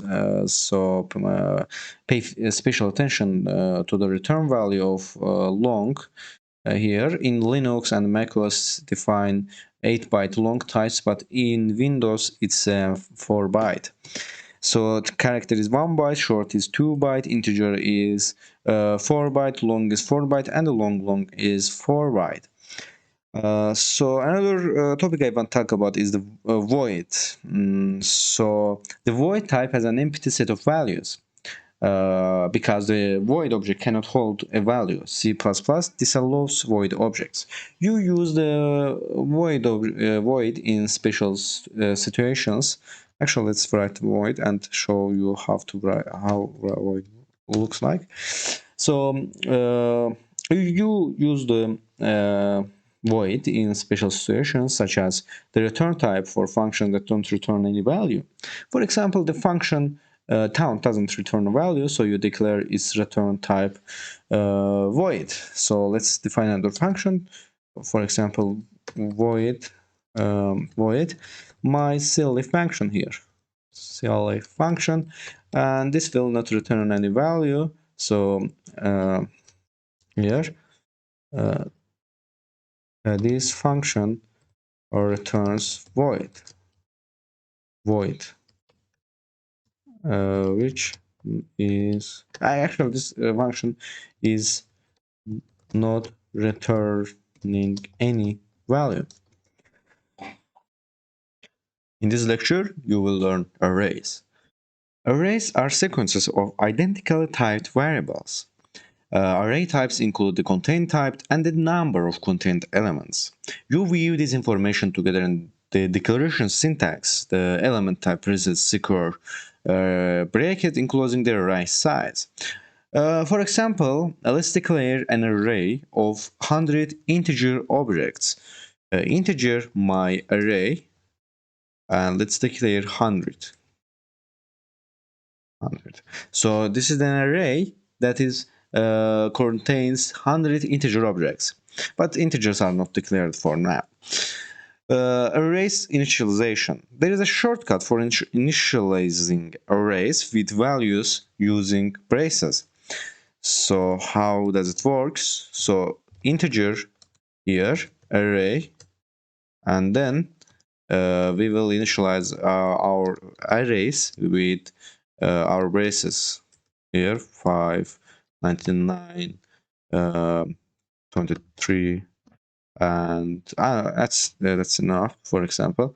So in this case, our first arrays integer is actually arrays start from 0 here, and you will learn why arrays start from 0. So you can omit the length of the array because it can be inferred from the number of elements in the braces at compile time. So accessing array elements. You access array elements by using square brackets to enclose the desired index. Array indexing is zero. Array indexing is 0 based on C++. So the first element is at the index 0 here. The 10th element at the index 9, 1, 2, 3, 4. The fourth element at the index 3. So 0, 1, 2, 3. This is the 3. So let's write and read the array element here. So we define these arrays here, and let's create actually not create actually let's create a printf function here, printf, and then the second element in array is here, and we will use the d for showing integer, and here After that, the new line comes, and here we will array here. For example, the second element in array is 1 2 0 1 2 here. The second is 1 here, and then here, for example, this is not, you can define whatever you want here. For example, my, actually let's delete this, my array numbers here, and we can use here my array numbers, and we let's define another printf function. So actually let's define now array, actually change the array variable, my array numbers. We will change the second array, so we will write 1, my array numbers 1 in brackets, and we will change it to 300 here, and let's print this again, the first array here, and then this will print here, and let's compile it here, gcc main.cpp here, and let's run our program. So the second element in array is 5. As you can see, we define the second element as 5. We write it 1 here because in C++ language the array starts from 0, so 0 1, we write it 1 and we get 5. And then we changed our array variable and my array numbers. We changed the 1, our second 5 to 300, and then we've printed this. We write the same line again, and the second element in array is array numbers. So we defined 5 firstly, and then we changed it to 300, and we get here 300.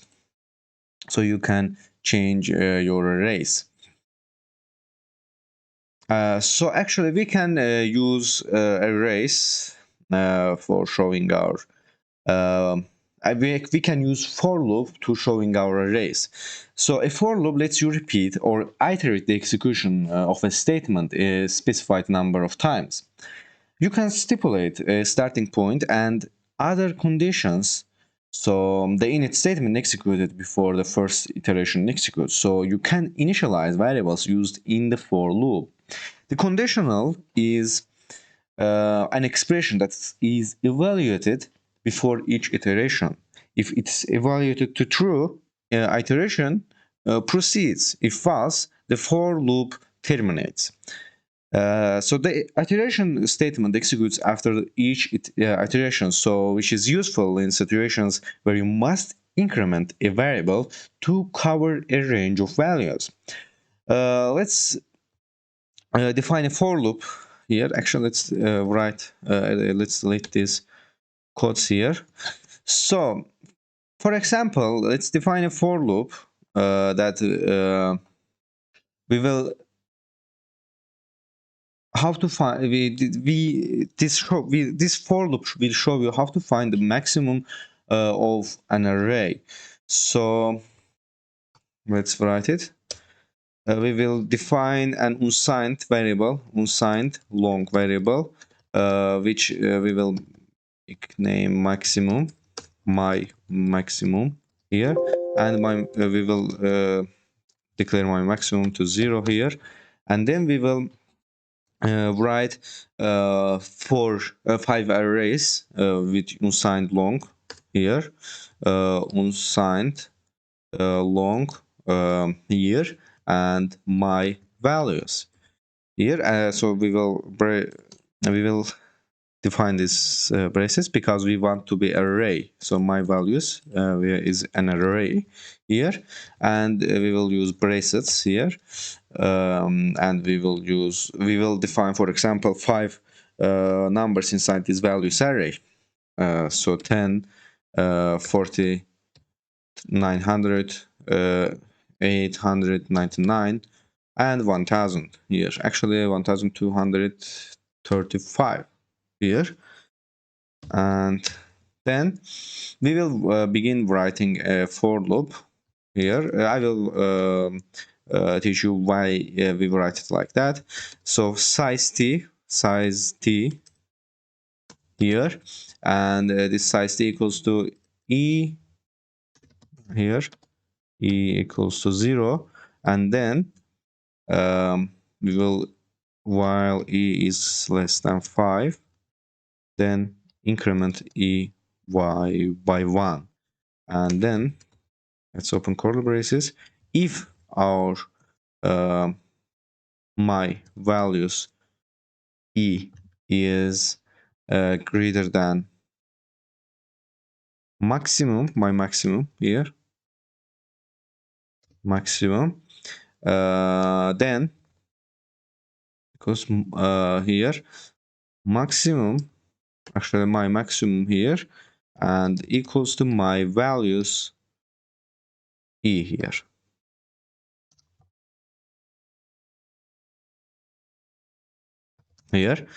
and then we will use printf function here, printf, then printf here,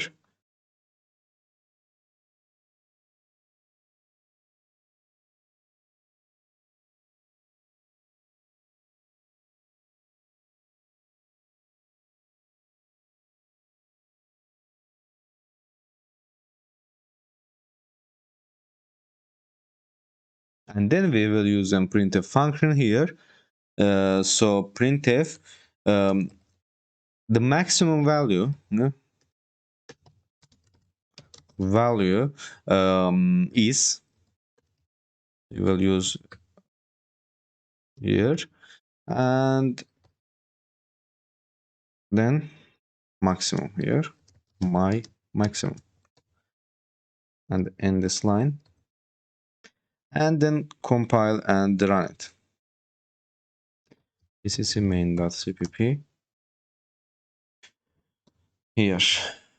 Actually, let's compile it again.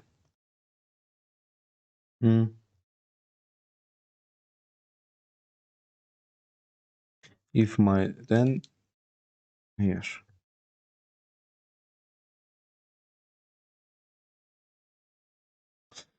So this function showed us our maximum value, which in this case our maximum value was 1235. So as you can see, this is the long unsigned long here. So at a glance, you know that the for loop iterates over the values.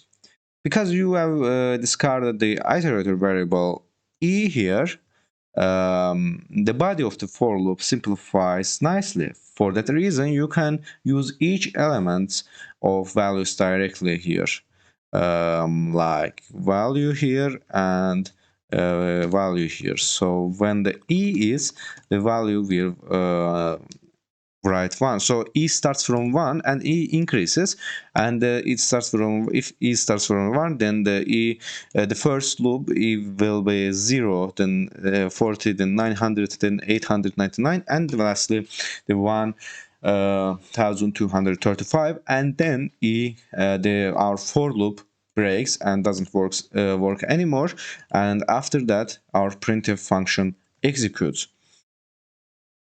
So we can number of elements in an array, so use the size of operator to obtain the total size in bytes of an array. So you can use a simple trick to determine the number of elements in an array, so the size of the array by the size of a single constituent element. So in next lecture you will learn how to find the numbers of elements, how many numbers of arrays we have in our variable. Use the size of operator to obtain the total size in bytes of an array. You can use a simple trick to determine the number of elements in an array. Divide the size of the array by the size of a single constituent element. So actually, let's try that here. So let's define a new variable, short array here. Then let's add some elements in it. For example, here 99, 50, 69, 45, 87, 93, 109, 2532, 34 actually, and 868, 768 here. And then let's use size t here, unsigned log. This is type diff here, and n elements. This is the new variable of us, and size of here, and this is our array, and divide by by size of short here. So this is our array here, and this is our new elements that this will show the our array length here, how many elements in array. So on most systems, size of array here will evaluate 16 bytes, and size of short here will evaluate 2 bytes. Regardless of the size of a short, n elements here will always initialize to 8 because the factor will cancel. This evaluation happens at compile time, so there is no runtime cost in evaluation in the length of an array in this way. So the size of array, for example, size of A divided by size of B, construction is a bit of a hack, but it's widely used in older code. In next lecture, you will learn other options for storing data that don't require external computation of their lengths. If you really must use an array, you can safely obtain the number of elements using the standard here size here function available in the iterator header.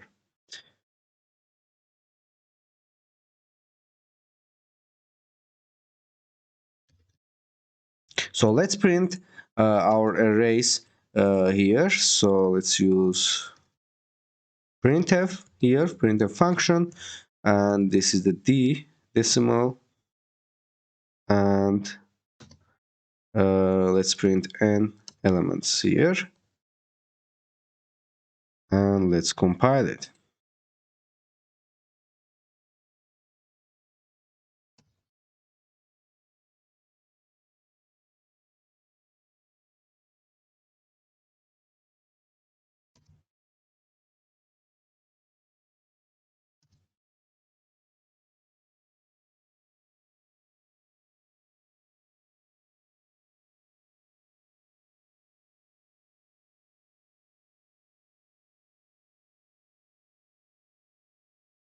Actually, we have to save this firstly. This was my first project here. And as you can see here, we have here 9 numbers: 1, 2, 3, 4, 5, 6, 7, 8, 9 elements in our arrays here, and this size t will show this n elements here will get the result from size of an array divided by size of a short. In this case, size of a short is 2UI64, and size of array is here, our array size is 9. So as you can see, we get here the answer here is 9 elements we have here, and after that we will be printing our an elements variable in console here, and we get this number. So actually, let's make it be it beautiful array variable has here, and let's compile it again. Array variable has 9. array variable has 9 elements here. As you can see here, array variable has 9 elements. So I'm waiting in next lecture. User-defined types are the types that the user can define. The three broad categories of user-defined type are these: enumerations, classes, and unions. Let's start with the enumerations. Enumerations, the simplest of the user-defined types. So the values that an enumeration can take are restricted to a set of possible values. Enumerations are excellent for modeling a categorical concepts. We have here classes also. So classes is more fully featured types that give you flexibility to pair data and functions. Classes that only contain data are called plain old data classes. You will learn about them in next lectures. And we have lastly have unions. Unions is a boutique user-defined type. So all members share the same memory location. So unions are dangerous and easy to misuse. So in next lecture, actually, let's it's make this lecture beginner. So in next lecture, we will create enumerations and classes and unions, and also we will take a deeply look at user-defined types. So I'm waiting you in next lecture.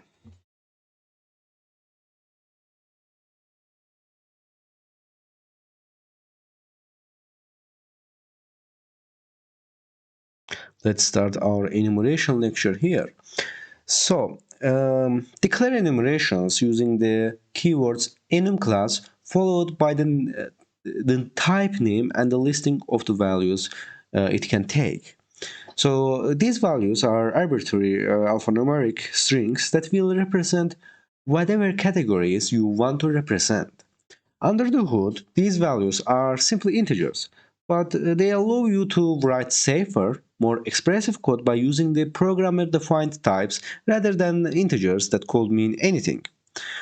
For example, let's declare an enumeration class called, for example, called um, computer, and that can take one of 7 values here.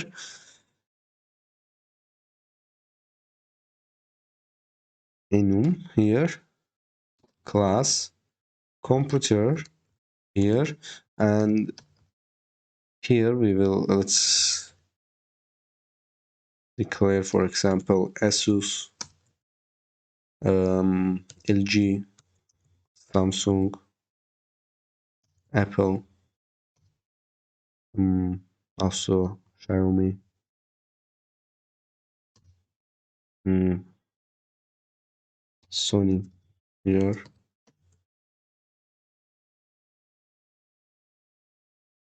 for example, Huawei here,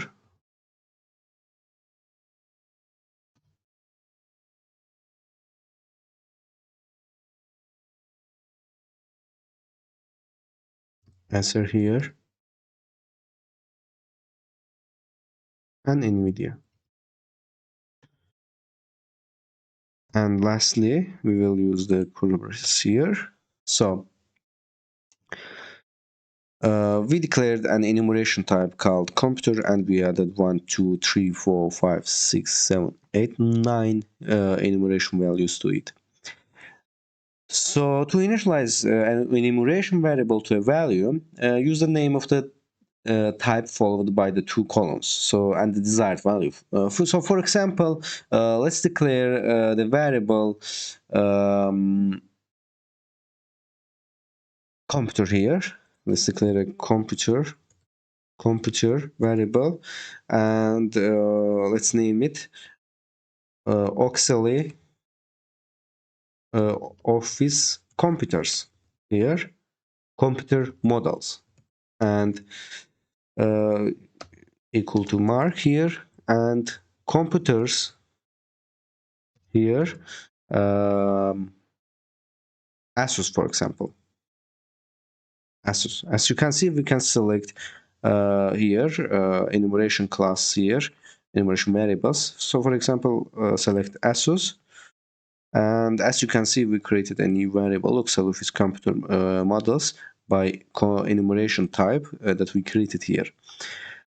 So technically, an enumeration class is one of two kinds of enumeration. It's called a scoped enumeration for compatibility with C and C++, also supports an unscoped enumeration, which is declared with enumeration rather than enum class. The major difference is that scoped enums require the enums type followed by two semicolons here to preset the values, whereas unscoped enumerations don't. Unscoped classes are less safe to use than scoped enumerations, so shy away from them unless absolutely necessary. So they are supported in C++ for mainly historical reasons, especially interpretations with the C codes. So you will also learn and see more examples about enumerations in next lecture. So let's begin here with switch statement, because in this lecture we will do an examples of enumeration with switch statements. So the switch statement transfers control. Actually, it will be more useful to make this in next lecture, because in this lecture and in next lecture you will also see the switch statement in C++. So I'm waiting you in next lecture. The switch statement transfers control to one of several statements depending on the value of a condition, which evaluates to either an integer or enumeration type. So the switch keyword denotes a switch statement. Switch statements provide conditional branching. When a switch statement executes, control transfers to the case fitting the condition or to a default condition if no case matches the condition expression. So the case keyword denotes a case, whereas the default keyword denotes the default condition. Somewhat confusingly, execution will continue until the end of the switch statement or the break word. Keyword actually. You will almost always find a break at end of each condition. So all of switch statements begin with a switch keyword followed by the condition in parentheses. So each case begins with the case keyword, you will see later, followed by the case enumeration or integral value. So let's define a switch statement here. So can you see screen? Yes. And let's copy it outside the main here and delete here. So now we will define a switch statement here. So for example, computer, auxiliary computer, ASUS. So switch here, switch. As you can see here, the Visual Studio C, actually Visual Code here is created an expression for us automatically. Also OCSALY of computer models here, and let's delete. We don't want auto completion. We will write here. So switch here. The switch will be this expression auxiliary of its computer models,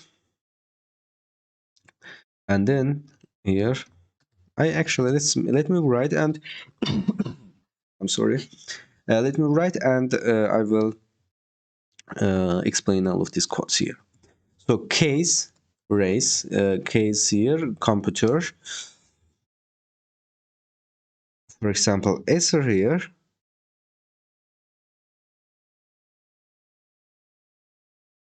Here, printf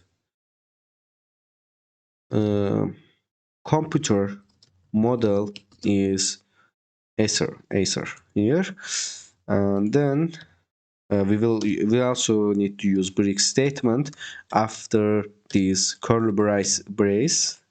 So break And then let's add another case computer, Apple, for example, Apple printf uh, computer model is Apple here.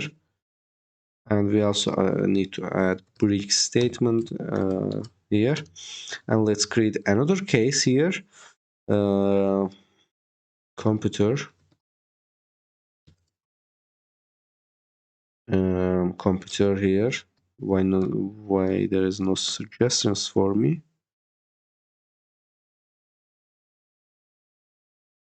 Computer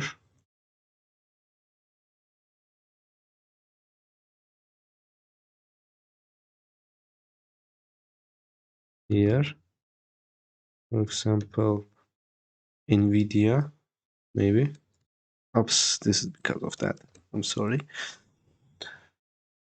For example, Xiaomi here, and printf computer model is Xiaomi here. And let's add our break statement here. And let's add another value here, case computer Sony here, printf computer model is Sony here. And let's add break here, and case computer Sony Samsung here. Yes, we know we haven't used Samsung yet.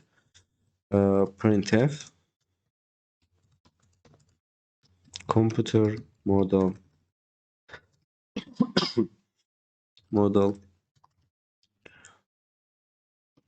is Samsung. Actually, I'm sorry, let me drink some water here.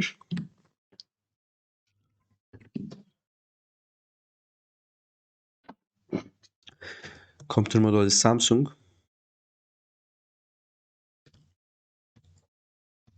here, and let's let's add break statement end of this case, break here. And let's actually, we don't have much. We 1 2 3 4 5 1 2 3 4 5 we have just 4. So add another computer here, Samsung here. Actually, let's delete NVIDIA here.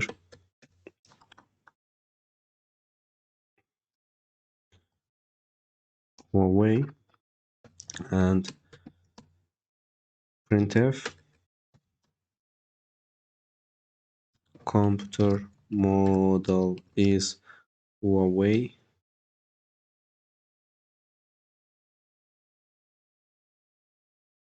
and break.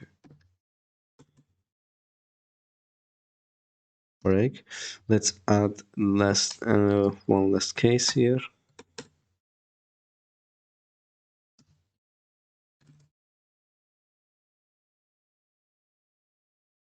LG,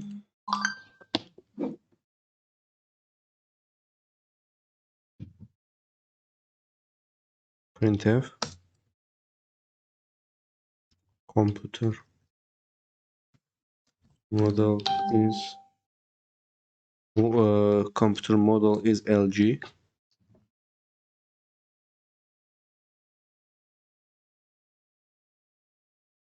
1 2 3 4 5 6 8.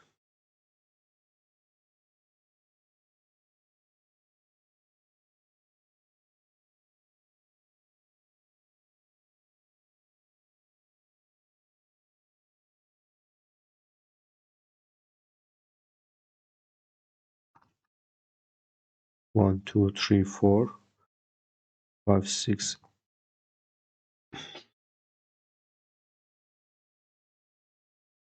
Okay.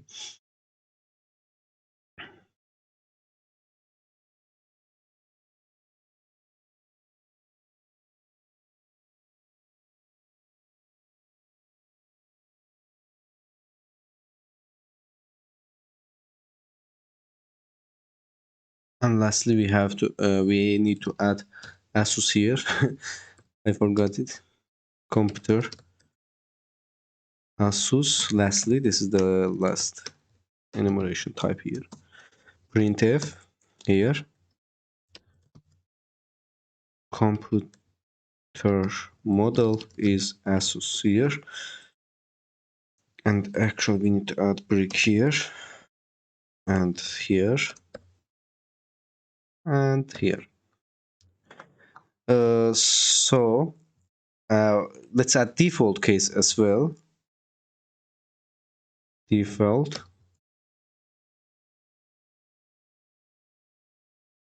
here, default printf computer model is unknown.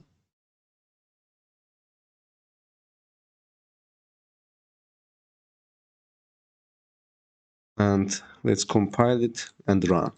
And I will explain all of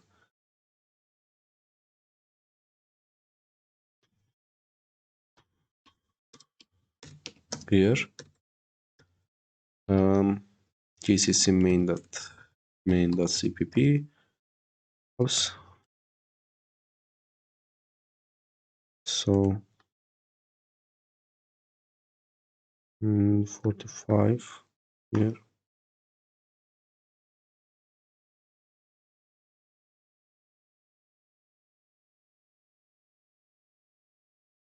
Okay.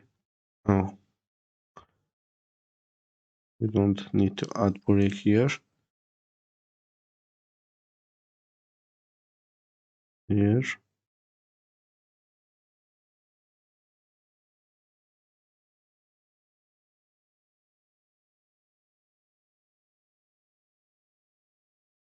In line 45 and 13 here. Line 45, 13. Y here. 1, 2, 3, 4, 5, 6, 7, 8.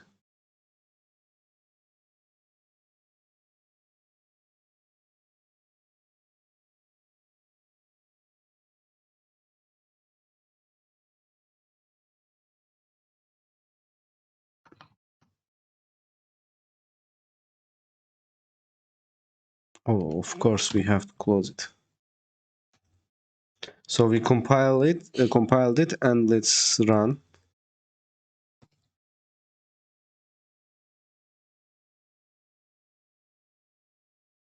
So computer model is ASUS here, as you can see here. The switch statement worked, and let's begin by first. So the enumeration class here, enumeration class declares the enumeration type ASUS, which you use to initialize the OCSALY Office computer models to ASUS. The switch statement here, so the switch statement here, actually let's close it here. Oops.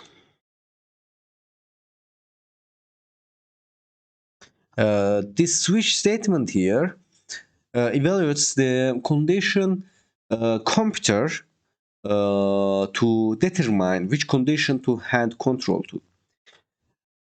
So because you hard-coded this to ASUS earlier in the code, execution transfers to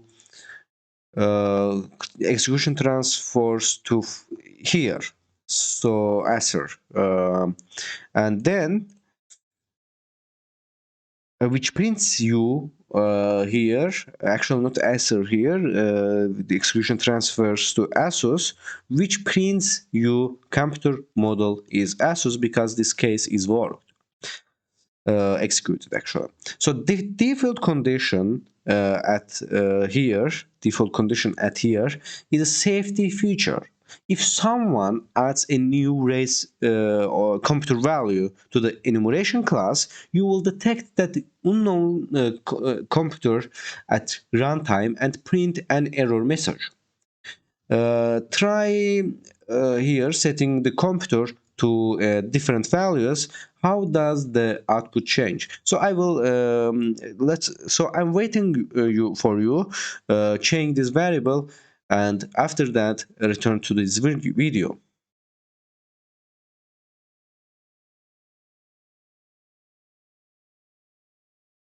So pause this video. So if you change this variable, so watch me here. For example, computer like razor here, and let's compile it already. So as you can see here, when we compile this, the razor is not member of computer. So make it a member of computer here, razor. But as you can see here, we don't have any cases for switch statement and cases. We don't have any cases in our switch statement about Razer. As you can see, we have Acer, Apple, Xiaomi, Sony, Samsung, Huawei, LG, Asus, but we don't have Razer. So what will our program print to console if we don't have that value in our case? So let's print that. Let's firstly compile it, my CPP, and let's compile it here. Let's run our program now. And as you can see here, computer model is unknown because we don't declare any cases here, any case statement here, and the default case statement executed here, and that default case statement prints computer model is unknown.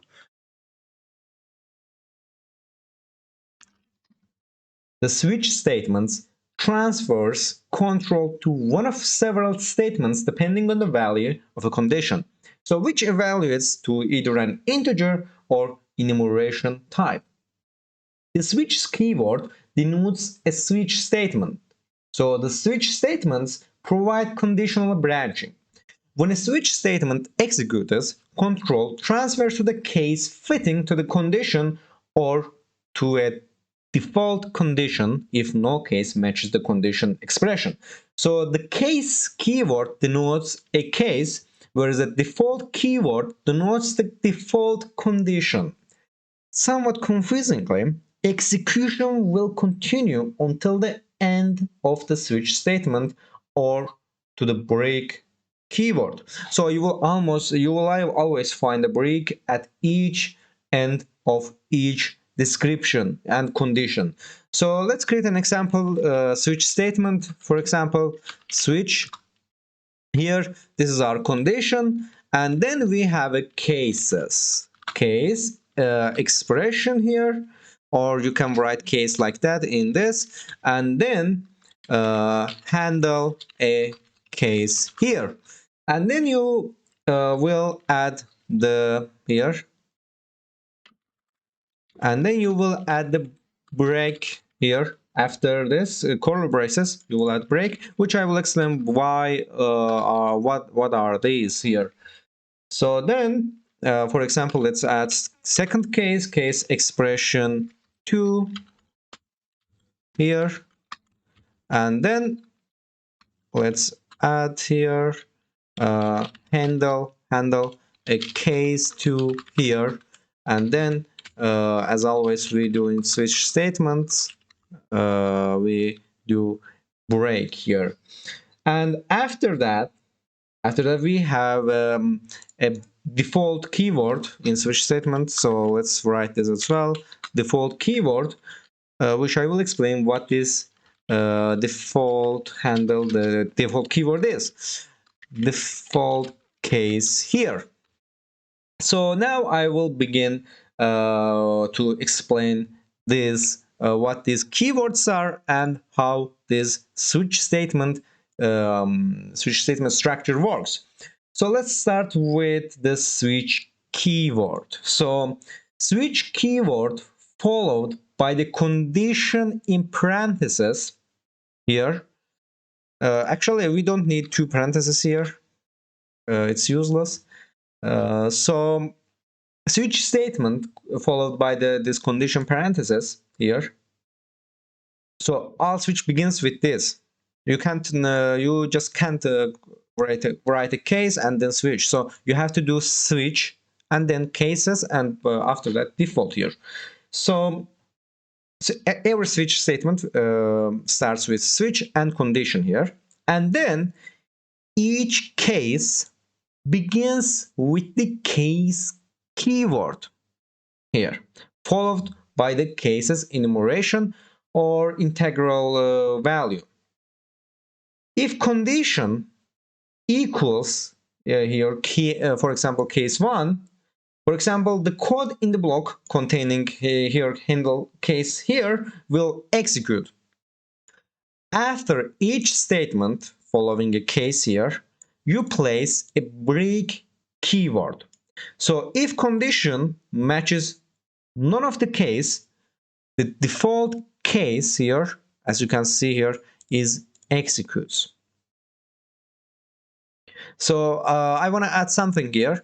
The braces here enclosing each case are optional, but I highly recommend this. Without them, you will sometimes get surprising behavior. So always add these curly braces. But in the technical view, it's not mandatory, but highly recommended. So let's create a switch statement with the enumeration class. So I'm going to delete this. You won't need this here and here. So let's create an first let's create an enum class here. For example, enum class here, race, or car models, or my car models here. I will explain all of these codes here. For example, BMW, Mercedes, Renault, Ferrari, Volkswagen, Ford, here, Jeep, and I think that's enough. So as you can see, 1, 2, 3, 4, 5, 6, 7. We have 7 car models here. So in main statement, let's write our switch case statements here. So let's create an object race here, or my car models. Okay, so cars here, or my cars equals my car models here, this operator, and for example Ferrari. So then I will explain all of these codes as I do always. Switch here, switch. As you can see here, our integrated development environment automatically created these braces here.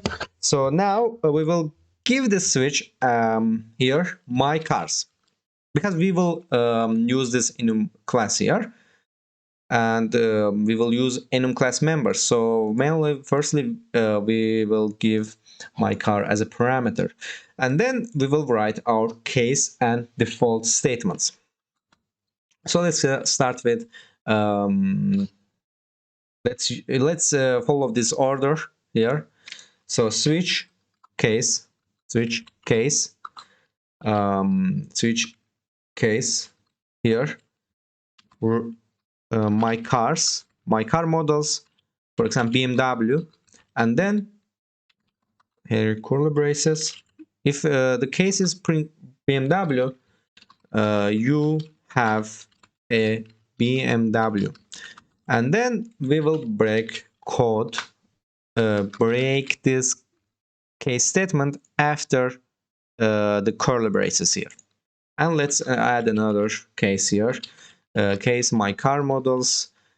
We have the Mercedes here, and then printf you have a Mercedes Benz here, and then break our code, add another case because we have 6 variables here. Then we have a Renault, my car models, Renault here, printf you have a Renault here, and then break this as well. Well, okay, yeah. What's the problem here? Yeah, we fixed that. And my car models, Renault. We have here we have Renault, and let's add Volkswagen. Printf you have a Volkswagen, and then break this code also here. And lastly, we have 2 car models. Case my car models here. Let's add Ford, and here printf you have a Ford, break, and lastly my car car models and Jeep here, printf you have a Jeep here, and add the break statement here, break here, and then we're gonna write the default here, default, oops, here, default statement, printf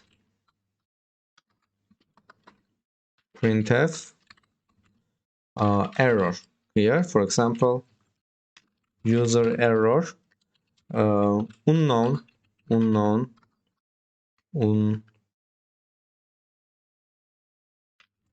unknown make, yeah, or let's write model, unknown model here, and add in braces here. So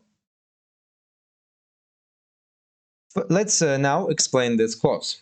Here we create the enumeration class, declares the enumeration type my car models, which you use to initialize my car models to Ferrari. So the switch statement here evaluates the condition raised to determine which condition to hand to control to. So because you hard-coded this to the Ferrari earlier in this code, as you can see here, execution transfers to here. Oops, we forgot to write the Ferrari here after Renault. Yeah, I'm sorry for it. Let's add case my car models Ferrari here, printf you have a Ferrari here. So and execution just our let's add break here. So because you hard coded this Ferrari in this code, the execution here transfers this Ferrari. So which prints you have a Ferrari. So the break here terminates the switch statement. So the default condition at this here is safety feature. So if someone adds a new race value or new my car models value to the enumeration class, you will detect that unknown race at runtime and print an error message. So try setting these my car race models, racing models to different values, and let's see how the output changes. So firstly, I want to compile code and run here. And as you can see here, we got an output that says you have a Ferrari. So let's change this Ferrari to BMW here, and we will get